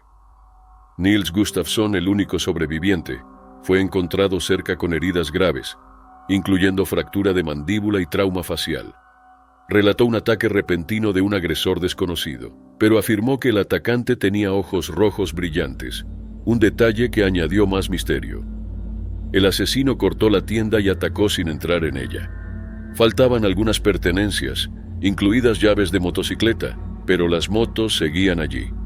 Los zapatos y parte de la ropa de Gustafsson fueron hallados a casi 1 kilómetro de distancia, desconcertando a los investigadores. La policía llegó horas después, pero la investigación fue un desastre. No aseguraron la escena y los curiosos contaminaron pruebas clave. A pesar de esto, surgieron sospechosos. Uno fue Carl Valdemar Gillström, un comerciante local conocido por hostigar campistas, dañaba tiendas y enfrentaba visitantes en la zona. Testigos lo vieron cerca del sitio la noche del crimen. Aunque supuestamente confesó varias veces, la policía no le creyó. Se ahogó en el lago Bodom en 1969, dejando dudas sobre su participación. Otro sospechoso fue Hans Assmann, un exagente del KGB que vivía cerca del lago. Días después del crimen, buscó atención médica con manchas de sangre en la ropa y tierra bajo las uñas.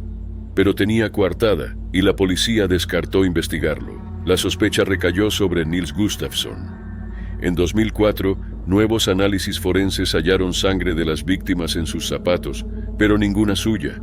Fue arrestado y juzgado. La fiscalía afirmó que Gustafsson peleó con Boisman esa noche y sufrió sus heridas antes de ser expulsado de la tienda. Enfurecido, regresó y atacó al grupo.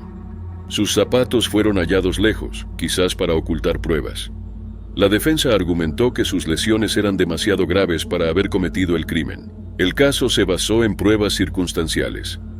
Un testigo dijo haber visto a Gustafsson discutir con Boisman la noche anterior, sugiriendo celos como posible motivo. Pero esta declaración hecha décadas después no fue fiable. En 2005, Gustafsson fue absuelto por falta de pruebas. Aunque libre legalmente, la duda persistió, dejando muchas preguntas sin respuesta. Hoy los asesinatos del lago Bodom siguen sin resolverse. ¿Fue un extraño, uno de los campistas o alguien desconocido? ¿Era real el hombre de ojos rojos descrito por Gustafsson? La verdad ha eludido a los investigadores por más de 6 décadas. Ahora parte del folclore finlandés, el caso sigue proyectando su sombra sobre el lago. Con cada año que pasa, el misterio se profundiza, dejándonos preguntarnos si algún día sabremos la verdad. Era el 9 de agosto de 1989 en los Alpes de Stubaiy, Austria. Duncan Macpherson, un exjugador de hockey de 23 años, oriundo de Saskatoon, Saskatchewan, se embarcó en una aventura en solitario.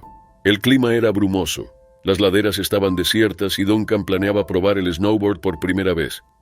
Duncan era conocido por su actitud firme y decidida en el hielo. Apodado McTemible, jugó hockey juvenil con los Saskatoon Blades de la Western Hockey League y fue elegido en el puesto 20 del draft de la NHL de 1984 por los New York Islanders. Sin embargo, las lesiones truncaron su carrera prometedora. A los 23, su cuerpo ya estaba desgastado y el hockey había quedado atrás. Sin título universitario, Duncan no sabía qué rumbo tomar. Ese verano surgió una oportunidad. Ron Dixon, un empresario escocés, lo invitó a jugar y entrenar al equipo Tayside Tigers, una liga menor. Entusiasmado con este nuevo comienzo, Duncan decidió recorrer Europa antes de asumir el rol. Planeaba reencontrarse con amigos en el camino. El 9 de agosto, Duncan tomó prestado el auto de un excompañero, George Pessuit, y condujo a los Alpes de Stubay. Se registró en un hostal y planeaba hacer snowboard al día siguiente. En el complejo, habló con un empleado llamado Walter y le contó sus planes. A pesar del mal clima y la escasa visibilidad, Duncan estaba decidido a intentarlo. Esa fue la última vez que alguien lo vio. Cuando no se presentó en Dundee el 12 de agosto, su familia y amigos se preocuparon. Las autoridades austríacas al principio minimizaron el caso, sugiriendo que tal vez había cambiado de planes. Pero su familia insistió en que algo andaba mal. 6 semanas después, su Opel rojo apareció en el estacionamiento del resort. Sus pertenencias, incluido el pasaporte, estaban intactas, pero no hubo pistas. Sus padres, Bob y Linda, pasaron años buscando respuestas. Viajaron 9 veces a los Alpes, contrataron detectives privados y buscaron ayuda en los medios. Durante más de una década no hallaron rastro alguno.